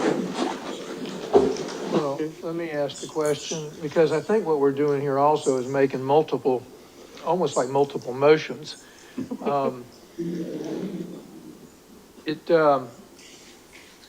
Stephen, you as the town manager have purview over the special events, right? You get to decide yes or no? Is that pretty much the way it boils down, or you have to go by the book? I have to go by the book. There are certain exceptions that I do get, like if it's an event where we had issues with them in the past, or if they don't turn in what they need to, then we can look at not approving them in future years. One of the things that she'll get to later is to strengthen that a little bit. So if we do have issues with one in a previous year, that I can have a little bit more authority in the future to say, you know, you may have outgrown this venue. We have other venues you may want to look at. You're going to have 500 people. Oyster Factory Park may be too small. How about Buckwalk? You know, we've got an event venue over there that's good for that, and if it's not, then it would give me a little more strength in being able to do that. Let me ask the question, Counselor. Well, we're gonna have to let it get through, all the way through it, so we can understand what else is coming. The goal was originally just to limit the hours on Sunday. Park rule, just limit the hours. Now we've gone from Sunday with a request to Monday through Saturday and the hours, and then we've gone to another request to limit amplified music for 4 hours. I'm wondering, after she finishes this, if we can maybe put each of those in the form of a motion to see if they pass or fail. Let me read what I have so far, if I could. I move to approve the new park rules as proposed by staff with the following changes. A, at the Oscar Fraser Splash Pad, the opening time is 10 a.m. B, at the Oyster Factory Park, the outdoor entertainment and outdoor live entertainment must end by 9 p.m. on Mondays through Saturdays. Amplified music is limited to a total of 4 hours. No amplified music on Sundays after 6 p.m. Those are the things that I've heard discussed so far. And I'm trying to keep up with them, so if we do get to a point where there's a motion, I'll be able to hand it to somebody. And Mayor, if I could, to follow up with Terry, the key to remember is this is first reading. So if there's anything that y'all say, we want to approve this, but we want staff to go back between first reading and second reading and research this and bring us back X or Y options, we have the ability to do that, and there'll be a public hearing and second reading next month. You also have the ability, if you want, to just approve a portion of what you may be willing to pass tonight, table it till next month and say, hey, we had some questions, can you bring us back some options? So you have a plethora of opportunity to provide direction moving forward between first and second reading or before we do actual first reading. Yes, sir, sorry. Cindy, what events is scheduled for the park before next month? We've got the Sunset Party coming up next week. We have multiple events coming up. Yes. Of which, if we made any changes, they would not apply to the current contracts you have. If we do it pending doctrine, it would take effect as a first reading. Well, that's the other thing I wanted to bring up is I want clarity. No amplified music after 6 p.m. on Sunday would still not apply to special events. I'm sorry, can you say that again? Can you ask that again? The request is made, no amplified music after 6 p.m. on Sunday. That's a request that Councilman Burden made. I thought it does apply to special events because that's a rule for the Oyster Factory Park. Yes, let me go back here, sorry. So it's for the Oyster Factory Park, it's under noise and that is specifically related to the special event. So this is the language from the special event. So for example, like if it's 3 o'clock, they go out there, that's exempt because it's a special event, they're exempt. They go out there at 6:05, then there would be a ticket. And if it's not written exactly like that, that was the intent. So we would make certain that when I go back, that's. You're saying even if it is a special event? Even if it is a special event. Okay, so. That was the intent when we wrote it. So like I said, we'll certainly go back and make sure that that's covered because like I said, it gets very complicated. You have park rules, you have special events, and then you have the noise ordinance. And so we tried to make sure that everything, nothing contradicted each other, but that was the intent for the time. And that's where I was getting at between first and second reading. If that's the intent of council, we can go back and make sure the language is corrected between tonight and next month to make sure we capture what the intent is. And I've added that to the little draft motion that I have here, Councilman Wood. And there are some, like I said, then it does get, again, because there's lots of layers of complications here. There are certain things that are exempt regardless of the time, and that would be fireworks. And there's a list that goes before G here of all sorts of things. Whether it's, let's see, just to give you an idea, street fairs, by the town, video productions, lawful fireworks, machinery, military ceremonies. So there are some things that regardless of time are always exempt. But for a standard special event, so for example, a wedding, a graduation, a birthday party, this would apply, the times. I wonder if it's at the interest of council to table this, because we're asking more and more questions.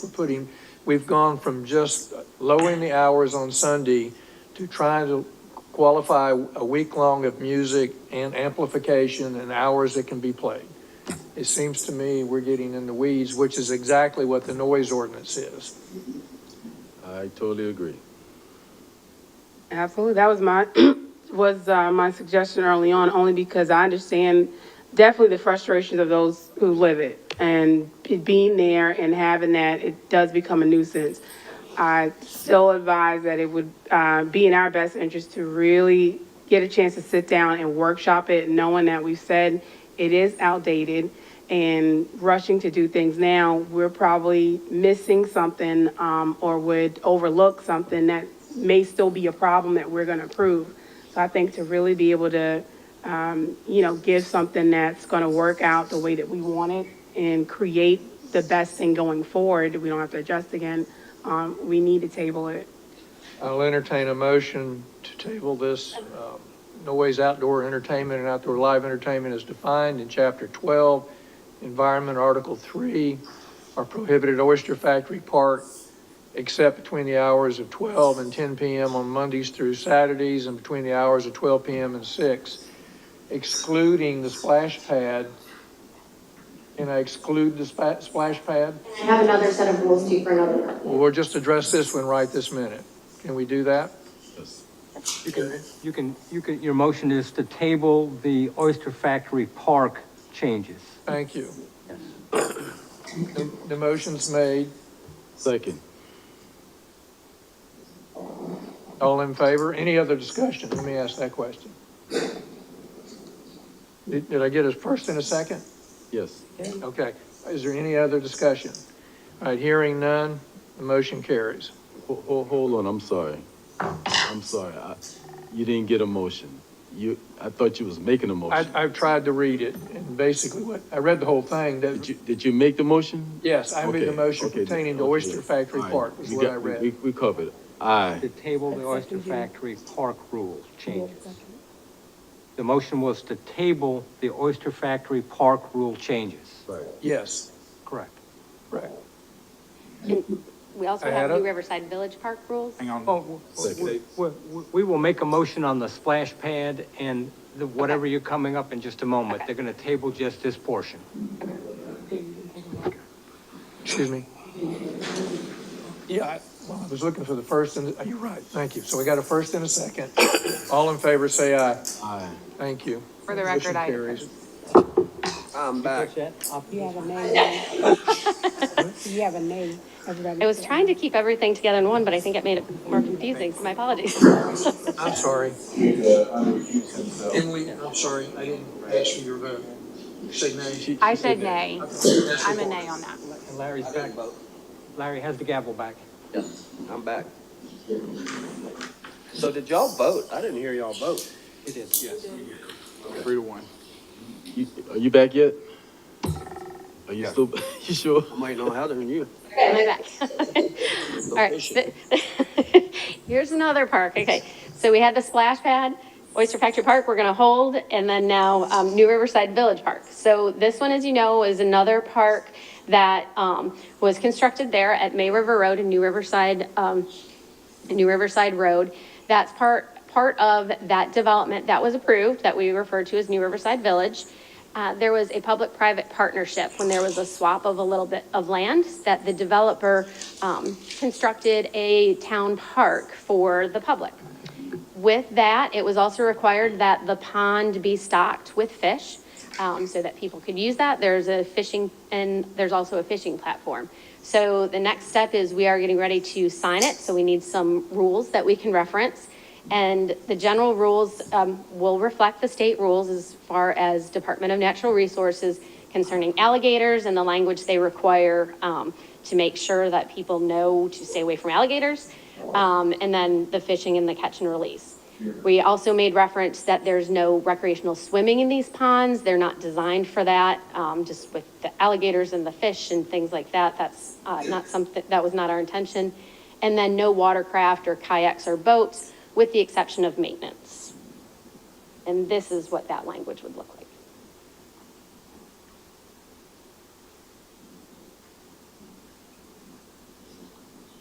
I have a question. Yes, sir. So it entertained that if you fish a man-made pond, that you need a fishing permit. Did it not? I think it said Yes, and that. you still need that, yes. But, and I could be wrong, I looked online to see if it's a man-made body of water, like a pond in South Carolina, if you need a fishing permit. I'm not clear that you do, a fishing license, I should say. From what we've had permitted and approved, they've said we do, but I don't. We need to find out too, because this is a catch and release. You're not keeping any fish. Right, so why you need a license if you're not gonna I'm keep not it? sure if there's not an exemption for catch and release on private, or, I don't know. We can triple check. I did talk to, did work with Richardson LaBruce, the other town attorney on this, to make sure that we had the correct language. But I will certainly double check. Yeah, I would like to know that, I mean, I don't know, but why would you be required to have a license if you're not gonna keep the fish? Doesn't make sense to me either, because the reason you have to have a license is because you're taking a resource that's owned by the state. So if you're not taking anything, I'm not sure about that. That's, needs to be checked with DNR.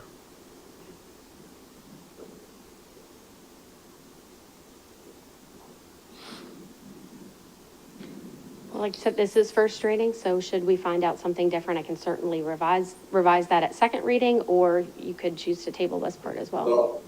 How close is this?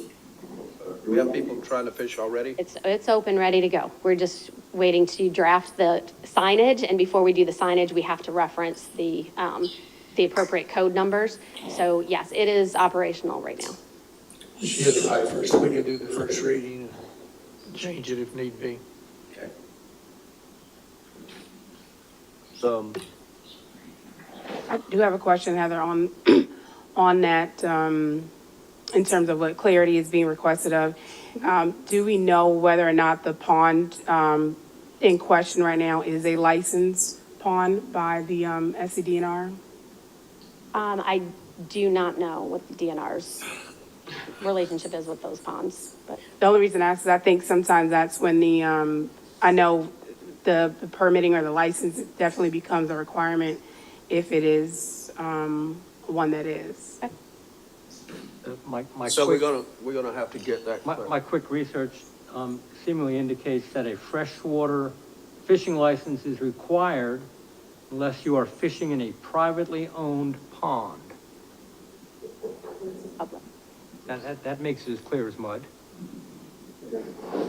That's at least one of the. But we can always take it out if we don't have to. We can always. You could delete it at second reading. You could delete it at second reading. So. I will get the answers to that. Hmm? I will get the answers to that. So, wait. If you'd like to approve, it sounds like what you've done is you've already approved the splash pad rules and had a motion for that. So if you are okay with moving forward with first reading on this proposed language, then we just need a motion to approve the new Riverside Park rules. Any more questions for? But there has been no formal motion on the splash pad yet. That was My just, I apologies. just read it, but it was not. Okay, my apologies. Okay. There's lots of motions. So, is there a motion to approve this for New Riverside? The New Riverside Park rules, I'll make that motion. Is there a second? Second. Any discussion? All in favor say aye. Aye. And if council wanted to change the splash pad rule and open it an hour early, 10 a.m. instead of 11, you would need to make a motion to approve that proposed rule with that amendment. Can I ask a question, Terry? Yes, We don't have any rules for it right now, do we? we do not. So why we have to motion to change something we don't have? I mean, all we need to do is say, give them the hours. The way I had drafted it, I went according to staff recommendations, so we amend that, but you are entirely correct, Mr. Hamilton. There are no rules in place currently, so it would be new rules. Okay, so now, we need someone to make a motion to To change. approve the splash pad rules with a 10 a.m. opening. I make that motion. Second. Seymour, any discussion? All in favor, say aye. Aye. Aye. So we're done with the both of them. Yes. Okay. Okay.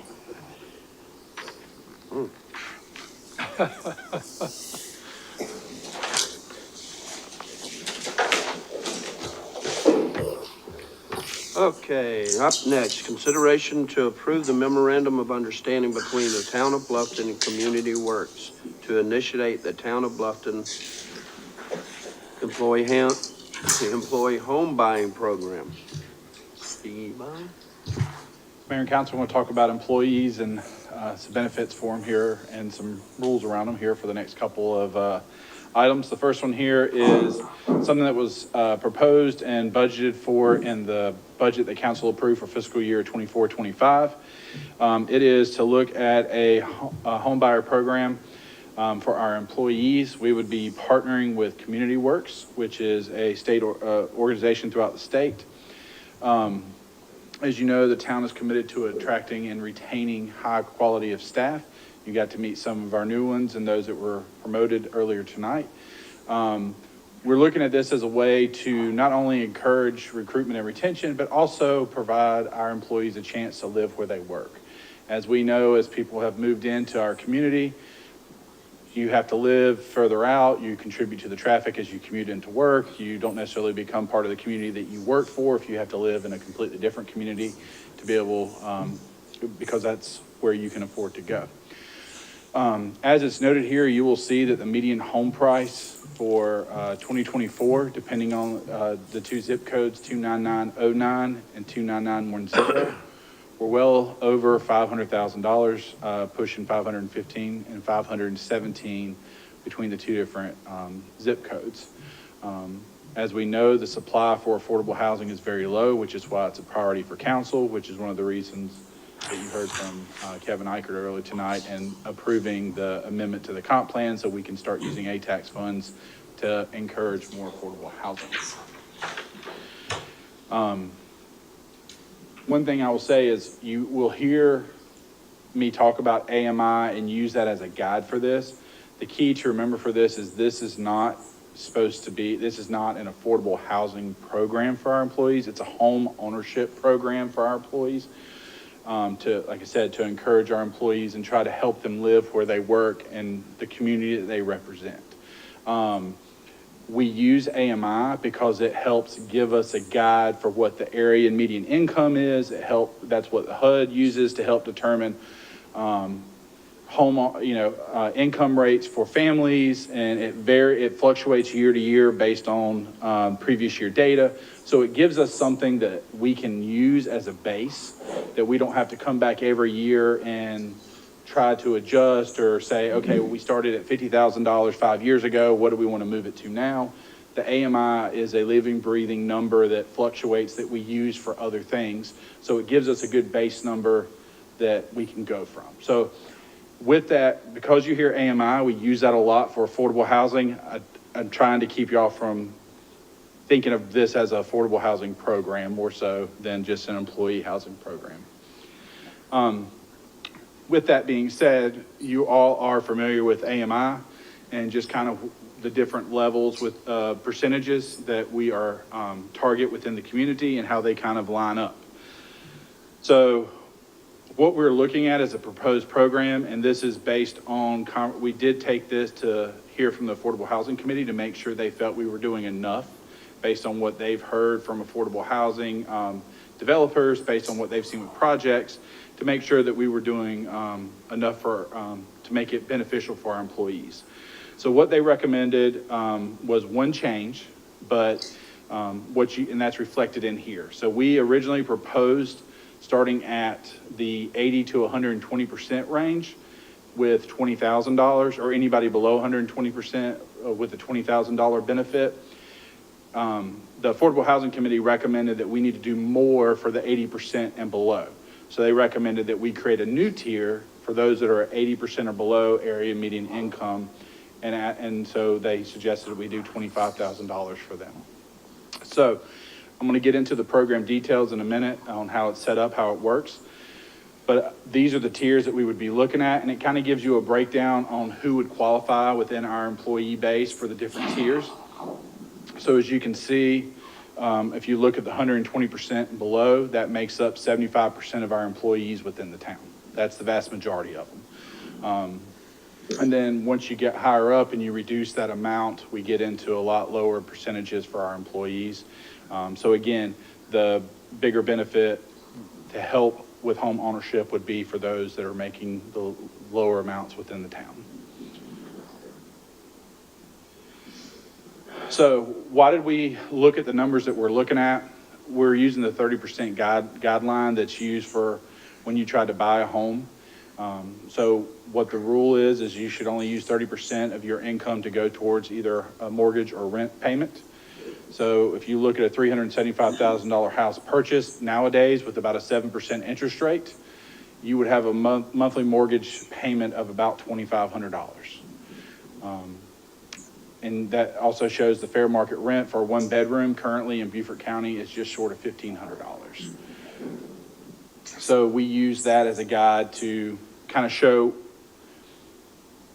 how affordable home ownership is really, I won't say how affordable, how tough it is to afford home ownership within our community right now. So for 60% AMI, just to give you an example, an individual that's earning $42,000 a year would qualify for a $25,000 loan. But ultimately, they're going to have more help than just us, because it would, if you use our median home value, the mortgage payment's about $2,500. Using the 30% method, they would only be able to get about $1,000 a month in payment. So they're going to need more help. So this isn't going to be the only tool that's going to help people own a home, but it is a tool that we can offer to our employees to help them bridge that gap to get to home ownership. And then there's a couple of these are in your packet just so you could kind of see them. We did 60, 80, and 100, and 120, and 140, just to kind of show you, even when you get up to 100% AMI, you're going to have more than just what we're doing to get there. This is not going to be a program that's just going to help every employee on a home. It's going to help close that gap for some. So how the program would work is, again, it would be limited to 2 zip codes. It would be 29909 and 29910. It would have to be their primary resident.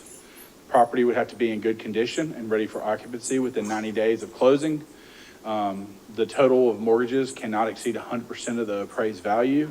And then it would be good for pretty much any loan type that you can get for a home. And then the funds can be used, whether it's to buy down interest, whether it's for down payment, closing costs. The main thing is they cannot receive any funding back at closing. The whole entirety has to go towards either reducing as a down payment or towards a closing cost or something like that. You can't get cash back at closing.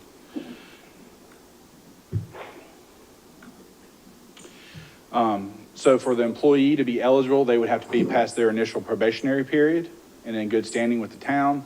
They would have to secure a 30-year mortgage on the home. They would also have to invest a minimum of $1,000 into the home purchase.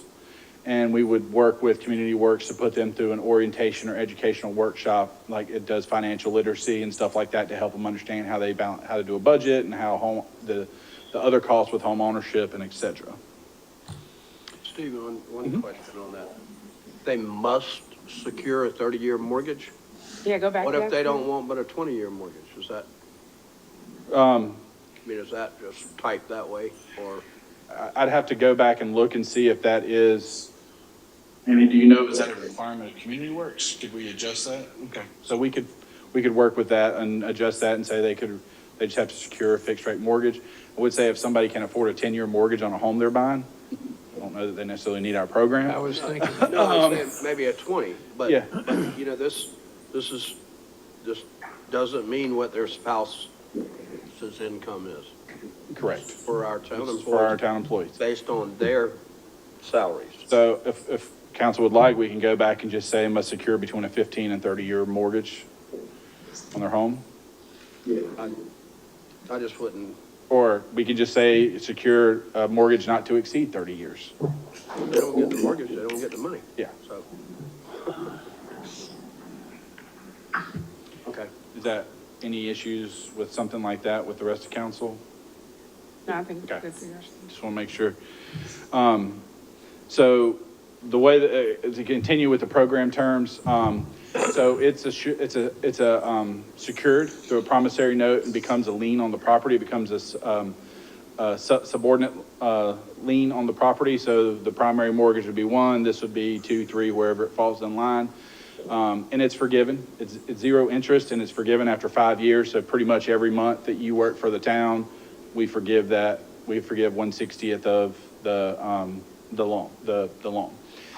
If they leave before 5 years, they have the option to either repay it or it still sits as a loan, and should they sell the home, we'll get our money back and move forward from there. But once they leave, it'll stop being forgiven at that point in time and sit as a lien. So we'll get our money back. Eventually, it will just be when they sell the home. It will no longer be forgiven once they leave. It'll just become set at that point in time. Question for Yes, sir. Terry and you, Stephen. What, I don't think that protect us enough, but can we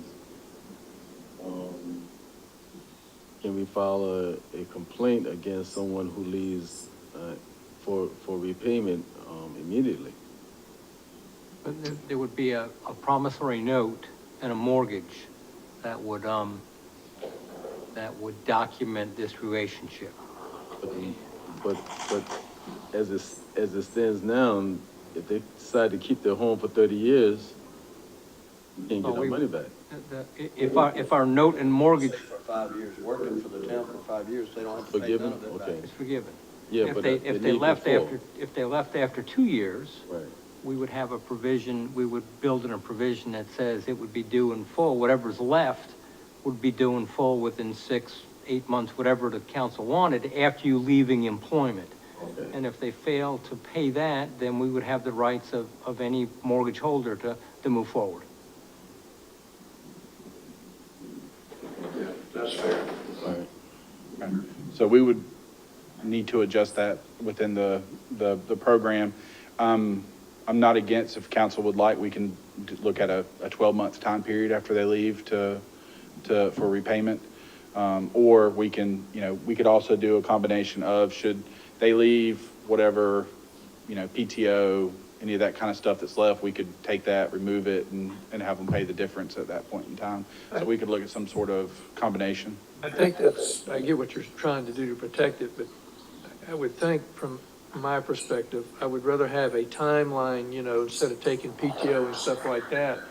They may not have enough PTO. Oh, no, right. That would be an they may be option they could using the use. PTO to do something else, or they're buying a new home somewhere, as long as it's, like the counselor said, as long as it's written in there in a note, and we can do it, to your point, within 12 months or whatever, I think that's adequate. If they, once they sold the home, Is 12 months adequate? or they leave. Right. Okay. If they sell the home, then we get it. We get our money. Yeah, Right. if they end up leaving here because just like we've had some happen, their spouse gets a job in Missouri and they're moving with their spouse, they're gonna sell their home here, we're gonna get recouped on that. So, but if they are staying here and just take another job at, say, another organization, they would have 12 months to work on getting it repaid.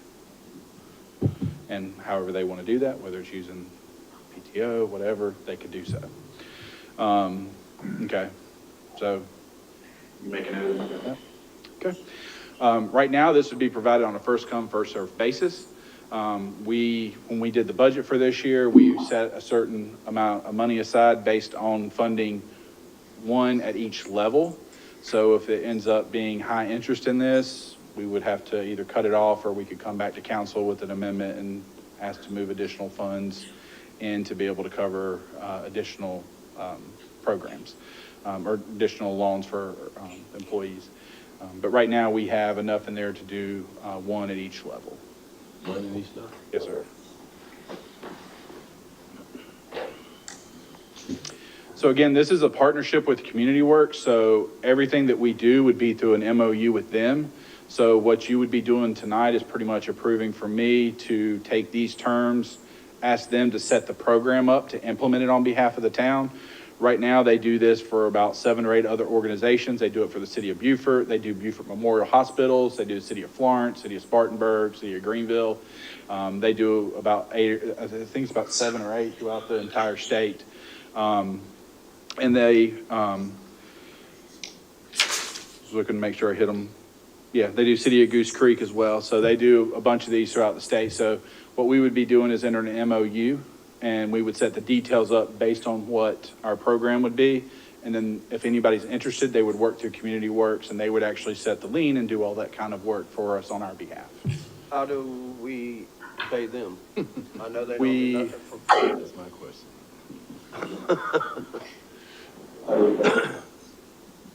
With finance or? Yeah, no, I mean, What's that? I forgot what they're. 15%. 15%. So they get 15% of Of what we given or what the cost of the house? 15% of the loan amount.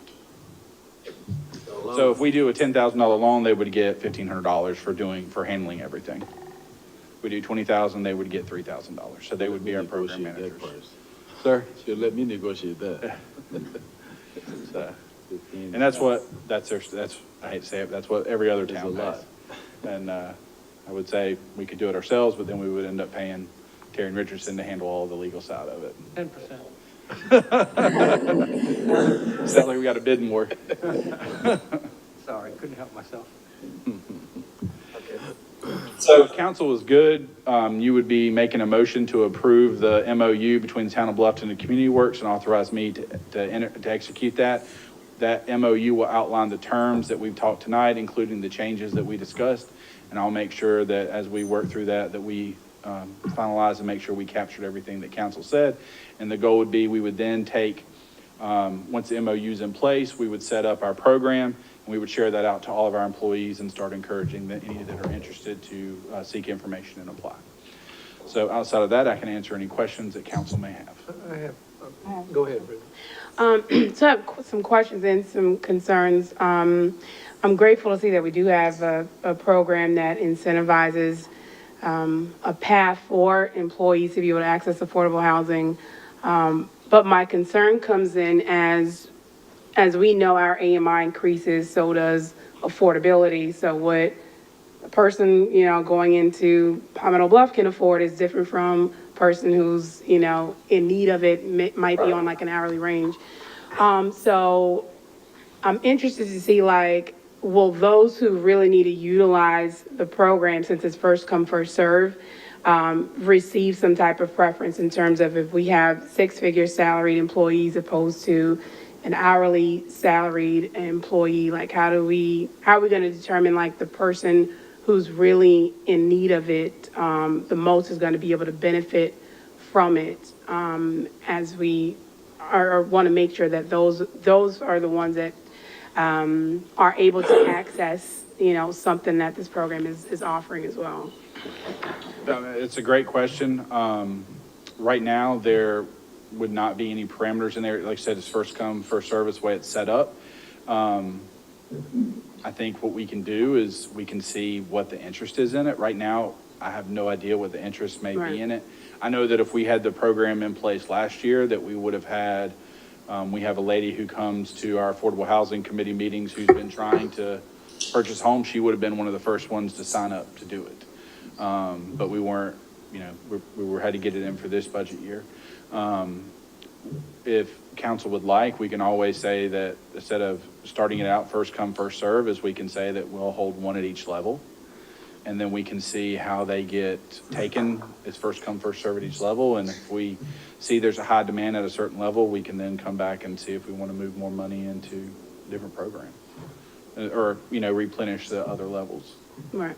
And by other question or suggestion, I don't know, is that I know we're looking at an incentive here on the path for those who want home ownership. But I don't know if a program exists, but I do know that everyone isn't endeavoring to be a homeowner, and we do have a lot of employees and residents who do prefer to rent in an area where rent is just, it's, you know, increasingly becoming impossible for many to afford. I would like to maybe see how we can look to see if there's a program out there, or see how we could consider those employees also, while we're offering a program for homeowners. How can we make sure that we don't leave those who are renters out of being able to get some type of reprieve in this housing crisis as well? No, that's a great point. We've had that conversation internally, even with not just that, but childcare as well. Right. So we've had some conversations on looking at some sort of stipend and stuff like that. We have not put any kind of program in place. If that's something that council may be interested in, that's something, again, strategic plan that we can bring up and get guidance, and then we can start looking into the budget for next fiscal year and see if we can put something like that in there. Because again, we know it is very expensive to live in this area because it's a great community. Everybody wants to be here, and it's made it very tough to be able to afford to live and move here. And that's one of our biggest issues with trying to recruit people, is being able to afford, whether it's rent, home ownership, childcare, all of that. So no, I think it's a great point. Thank you. You make a good point, but we can't fix the world.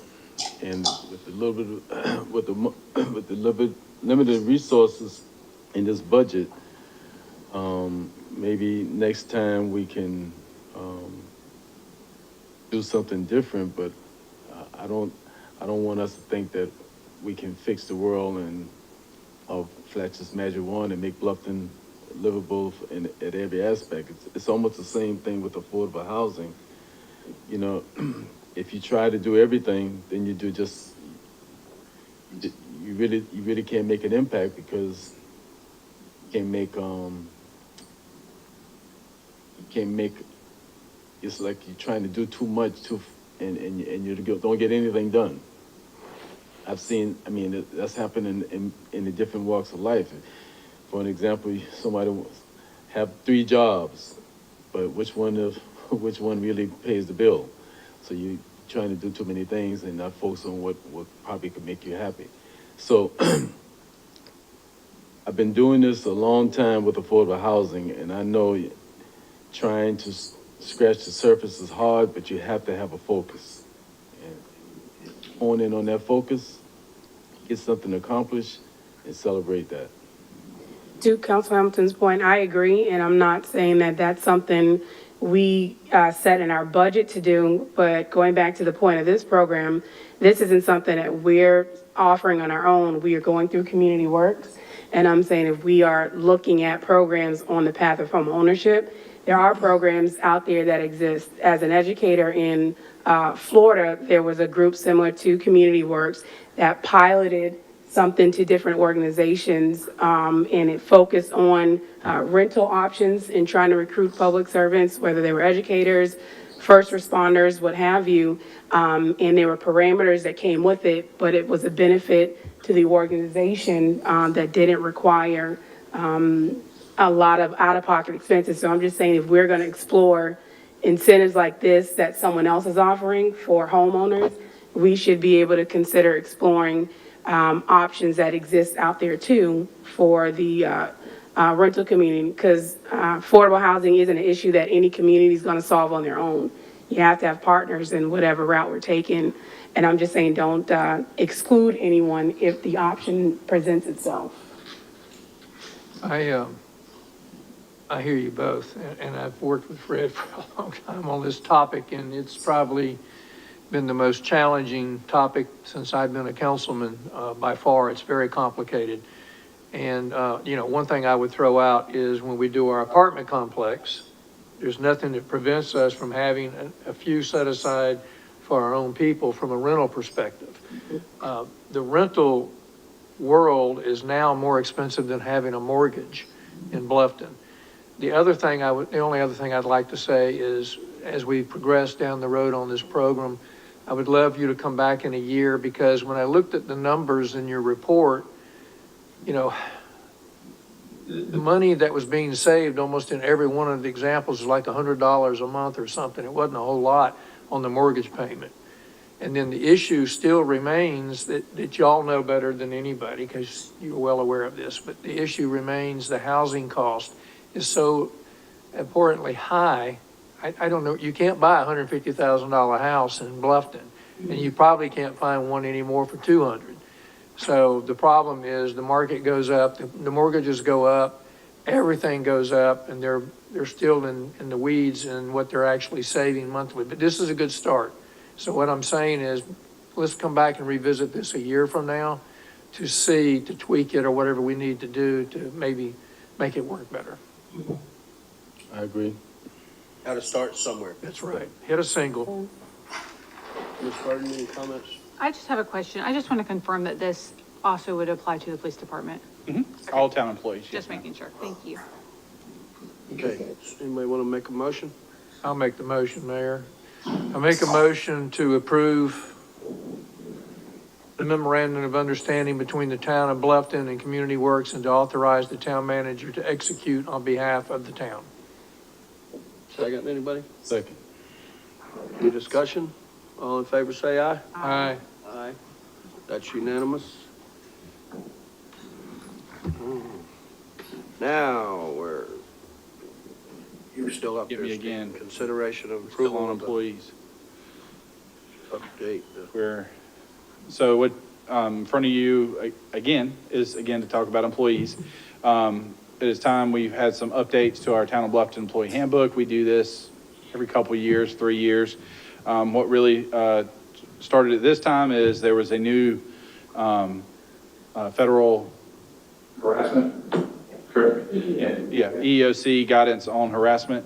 So we needed to update that to match it. So we went through and we looked at some other things that we wanted to update, and then some potential new programs that were not in there, that a couple we talked about during the budget process, one we didn't. So what we're going to do tonight is kind of go through what those proposed changes are, just kind of most of them are edits, high level, and then I'll go through the individual programs a little more detailed. So these are ones that we're proposing to amend existing ones. As you can see, one's town vehicle usage policy. One is to add in annual DMV checks, just that for anybody that has a town issued vehicle, and then clarify language what a take-home vehicle can be used for, and then the procedure for staff requesting one. It's just clarifying some of the language in there, and all the changes were in the packet that went through all the highlights. So I'm not going through line by line, just kind of some of the high points of what we were changing. Holiday policy, one of them is in lieu of holidays. What that has to do with is, let's say you are one of our customer service, say you're Sunny, and you work on a Saturday, on a Monday down there, and it turns out Monday is a holiday. You can then, within that week, take another day off for your holiday. You don't have to do it the same day if you're required to work or if something comes up like that. So if you, they don't lose that holiday. So if they're scheduled off, they can take it off another time. We'll talk about it, or no, it's in here. The President's Day, we talked about that during the budget, was to look to add President's Day as a paid holiday. We don't do that. So we have to add that into our personnel manual within our list of approved holidays by the town council. So that would add that in there. The harassment non-discrimination policy, those we added in the language that the EEOC released guidance to prevent harassment, and we added in reportment procedures, which was previously not included. In that, we also updated the chain of command to update reporting issues, as well as just recognizing the form of government, the conflicts within chain of command arise, like if it's your department head who the complaint's against, or if it's against an assistant or HR, how that works. And it also reflected some of the language that came in from EOC as well. A couple new policies that are being proposed or recommended, and these would be new ones that we would look to put in place. One is a PTO donation policy that would create a central bank for PTO. You would have to apply to use it, and just to give you an example, would be used for medical emergency. Let's say we have somebody who started with us 3 weeks ago and they end up having a stroke or a heart attack, and they don't have any PTO. The PTO bank they could ask to draw PTO out of that bank and use to cover until short-term disability, long-term disability kicks in to help them. They could request up to 12 weeks, which is FMLA limits. And it would have to be reviewed by a 3-person committee that I would appoint. And then, it would, again, not interfere with FMLA. It's actually set up to match, so you could cap out for your FMLA. We also would set it up so that no employee could donate to a specific employee. What we didn't want to have is somebody saying, well, I only want to give my time if I can give it to this person. They would have to donate it to the generic bank so that anybody who would be approved by the committee could get the PTO, not so they could only give it if it's going to go to a specific individual. We didn't want to end up in a situation where Councilman Hamilton said, well, I only want to give my PTO if it's going to go to Councilman Wood. If it's not going to go to him, then I don't want to do it. And the reason that people would want to give up their PTO would be if they don't use it. When we get to the end of the year, if you accrue too much PTO, right now you lose it. This would allow them to donate it into a bank that could be used for these emergency circumstances for our employees. Yes, sir. What if a fellow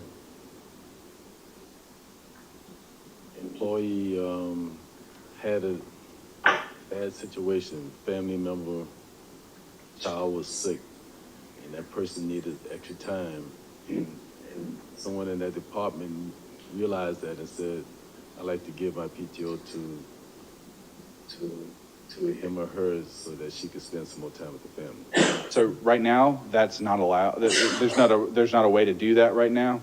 With this, that person could donate to the bank, and that other person could apply for that bank, could apply for the PTO time. The goal was not just only have it from person to person so that, I'm only doing it for my friend, but I'm not going to do it for anybody else that's in need. So that's the way it would be set up.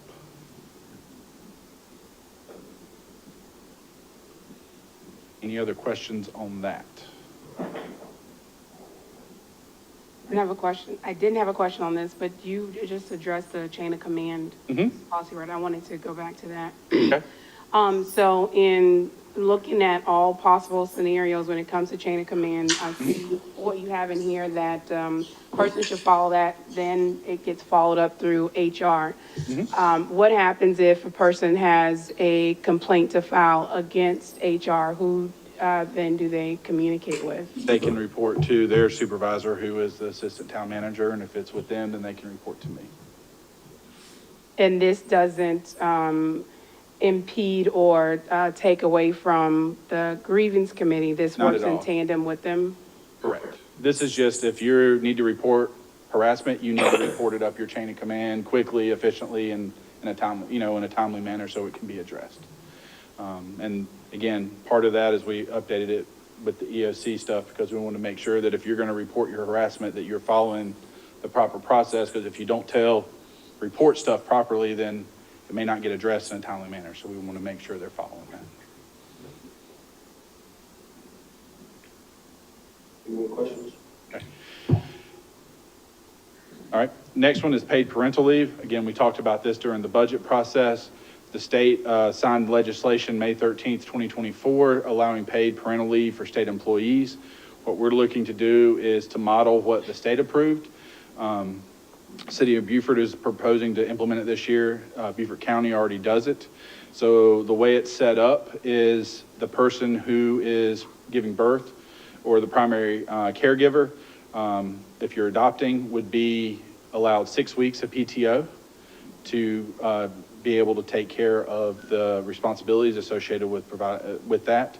An employee, you have a spouse or partner that's given birth, or is not the primary caregiver during an adoption, or if you're taking custody of a foster child, would be provided 2 weeks of PTO to be able to address everything associated with that. We have it so that no two employees of the town would qualify to take 6 weeks of paid leave at the same time. So in other words, one's a primary, one's a secondary. You can't have two primaries at the same time. Again, this model is a state policy, and it's something that we do not have currently in place, which is paid parental leave. Any questions on that? All right. Last one, bereavement leave. This is something, again, we do not have, and I will say this is the first place I've been as an organization that does not have bereavement leave. Bereavement leave is for whenever you have an immediate family member or extended family member pass, to be able to have time off to be able to deal with those circumstances. We've had quite a lot of losses in this past year, really year and a half, of immediate family members, and what we are using, what is the National Human Resource Model, is what is proposed here. Which is 4 days for an immediate family member, and that's defined in here, which is a spouse, child, step, parent, step, mother, father, in-laws, daughter, son-in-laws, siblings, or an adult who stood in loco parentis, which is, in other words, like if you were raised by your aunt or you were raised by your grandmother, they're your parent, essentially. So if it's somebody who raised you, you would get that same time. 1 day for an extended family member, which is outlined in here as well. It pretty much goes up to your greats, or to your grandparents, as well as your in-laws, aunts, uncles, et cetera. It also would allow for those, when you have a fellow employee or retiree that passed. This goes a lot with like our police officers. When there's a fellow officer that may pass, or a retiree that passed, they like to attend a funeral. This would allow them the time off to be able to do so without having to worry about taking time off to do so. Any questions on that?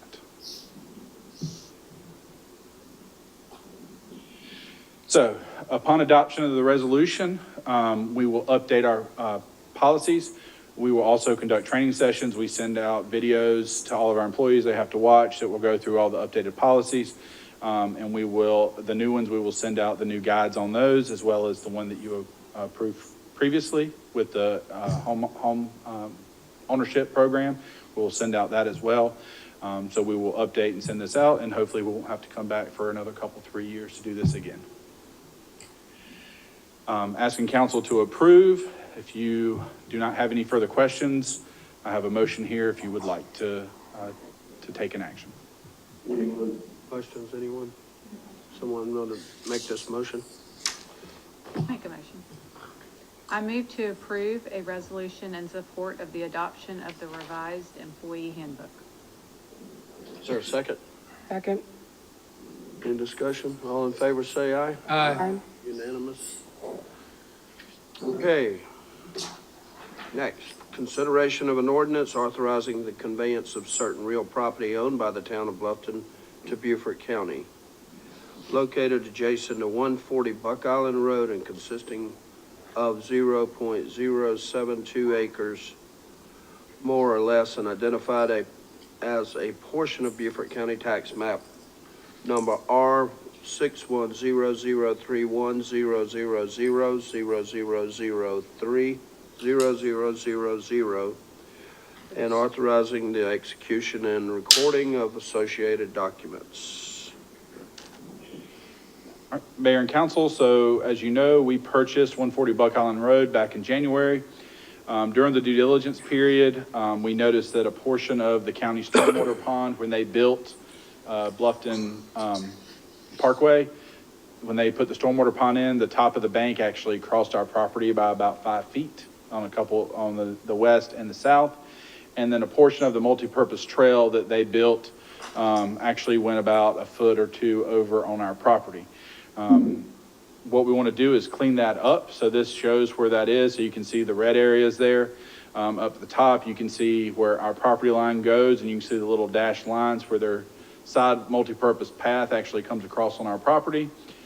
And then where the pond is, those two red areas, you can see where the top of bank actually comes on our property. This was found when we did the Atlas report, the Atlas survey as part of the closing, so we knew this was going to be an issue. We've been working with the county ever since to let them know that, hey, you have improvements that are on property. We need to do something about it. The easiest solution is for us to quit claim a small portion of our property to them. The reason we would want to do that is mostly for liability purposes. If a portion of the multipurpose trail is on our property and somebody slips on that portion, they're going to file it against our insurance. If a portion of the stormwater pond is on our property and somebody falls into that stormwater pond, they could potentially turn around and file suit against us because part of that stormwater pond is on our property. So we want to make sure that we're limiting our liability and that the county has all of their facilities on their property. So what is being proposed is to adjust our property line. As you can see that in red, it moves it south about 3 feet so that we don't have their multipurpose trail on our property. And then it moves our property line about 5 feet over to have the top of bank outside of our property line. You'll see it also provides a relocated 10-foot easement so the county can access their pond to do maintenance on there. We want that to be in good working order. That's a stormwater pond for the parkway, so we want to make sure they can access it and keep it in good working order. So that's what we're actually approving tonight. That's why it's such a small piece of property. It's 0.072 acres. It's just those slithers of property that you see there. So again, I've talked to legal counsel as well as the interim administrator. I have not talked to the new administrator. I'm meeting with him Thursday, but they are good with accepting this. We would do a quick claim and they would have to go back to their counsel and ask them to receive this property. All intents and purposes for everything we've heard from them between legal and the administrator is that they see no issues with their counsel accepting this. So once it goes to them, they would just go and accept it and then record this as their property. If you have any questions, I'll be glad to answer them. If not, there is a mouthful of emotion here to move forward. And this would be to fix the deed and as I just outlined. Someone would like to make this motion? The mayor does. I'll do it. Emily talks fast. I move to approve the first reading of an ordinance authorizing the conveyance of certain real property owned by the town of Bluffton to Beaufort County located adjacent to 140 Buck Island Road and consisting of 0.072 acres, more or less, and identified as a portion of Beaufort County tax map number R61003100000030000, and authorizing the execution and recording of associated documents. I approve all those zeros. Second. Any discussion? All in favor say aye. Aye. Aye, unanimous. And again, this will come back to council next month for second reading. Thank you very much. All right, next, consent agenda. Does anybody need to pull anything on the consent agenda or discuss anything? I'm good on the consent agenda, Mayor. Is there a motion to approve the consent agenda? So moved. Is there a second? I'll second. You got first or second? Second. I second. Second. Who's first? Bridget. Oh, okay. No questions, no? All in favor say aye. Aye. That's unanimous. Is there a motion to adjourn? So moved. We are adjourned. You don't think I'm sweet enough? Cold. I hate men. Eat on later.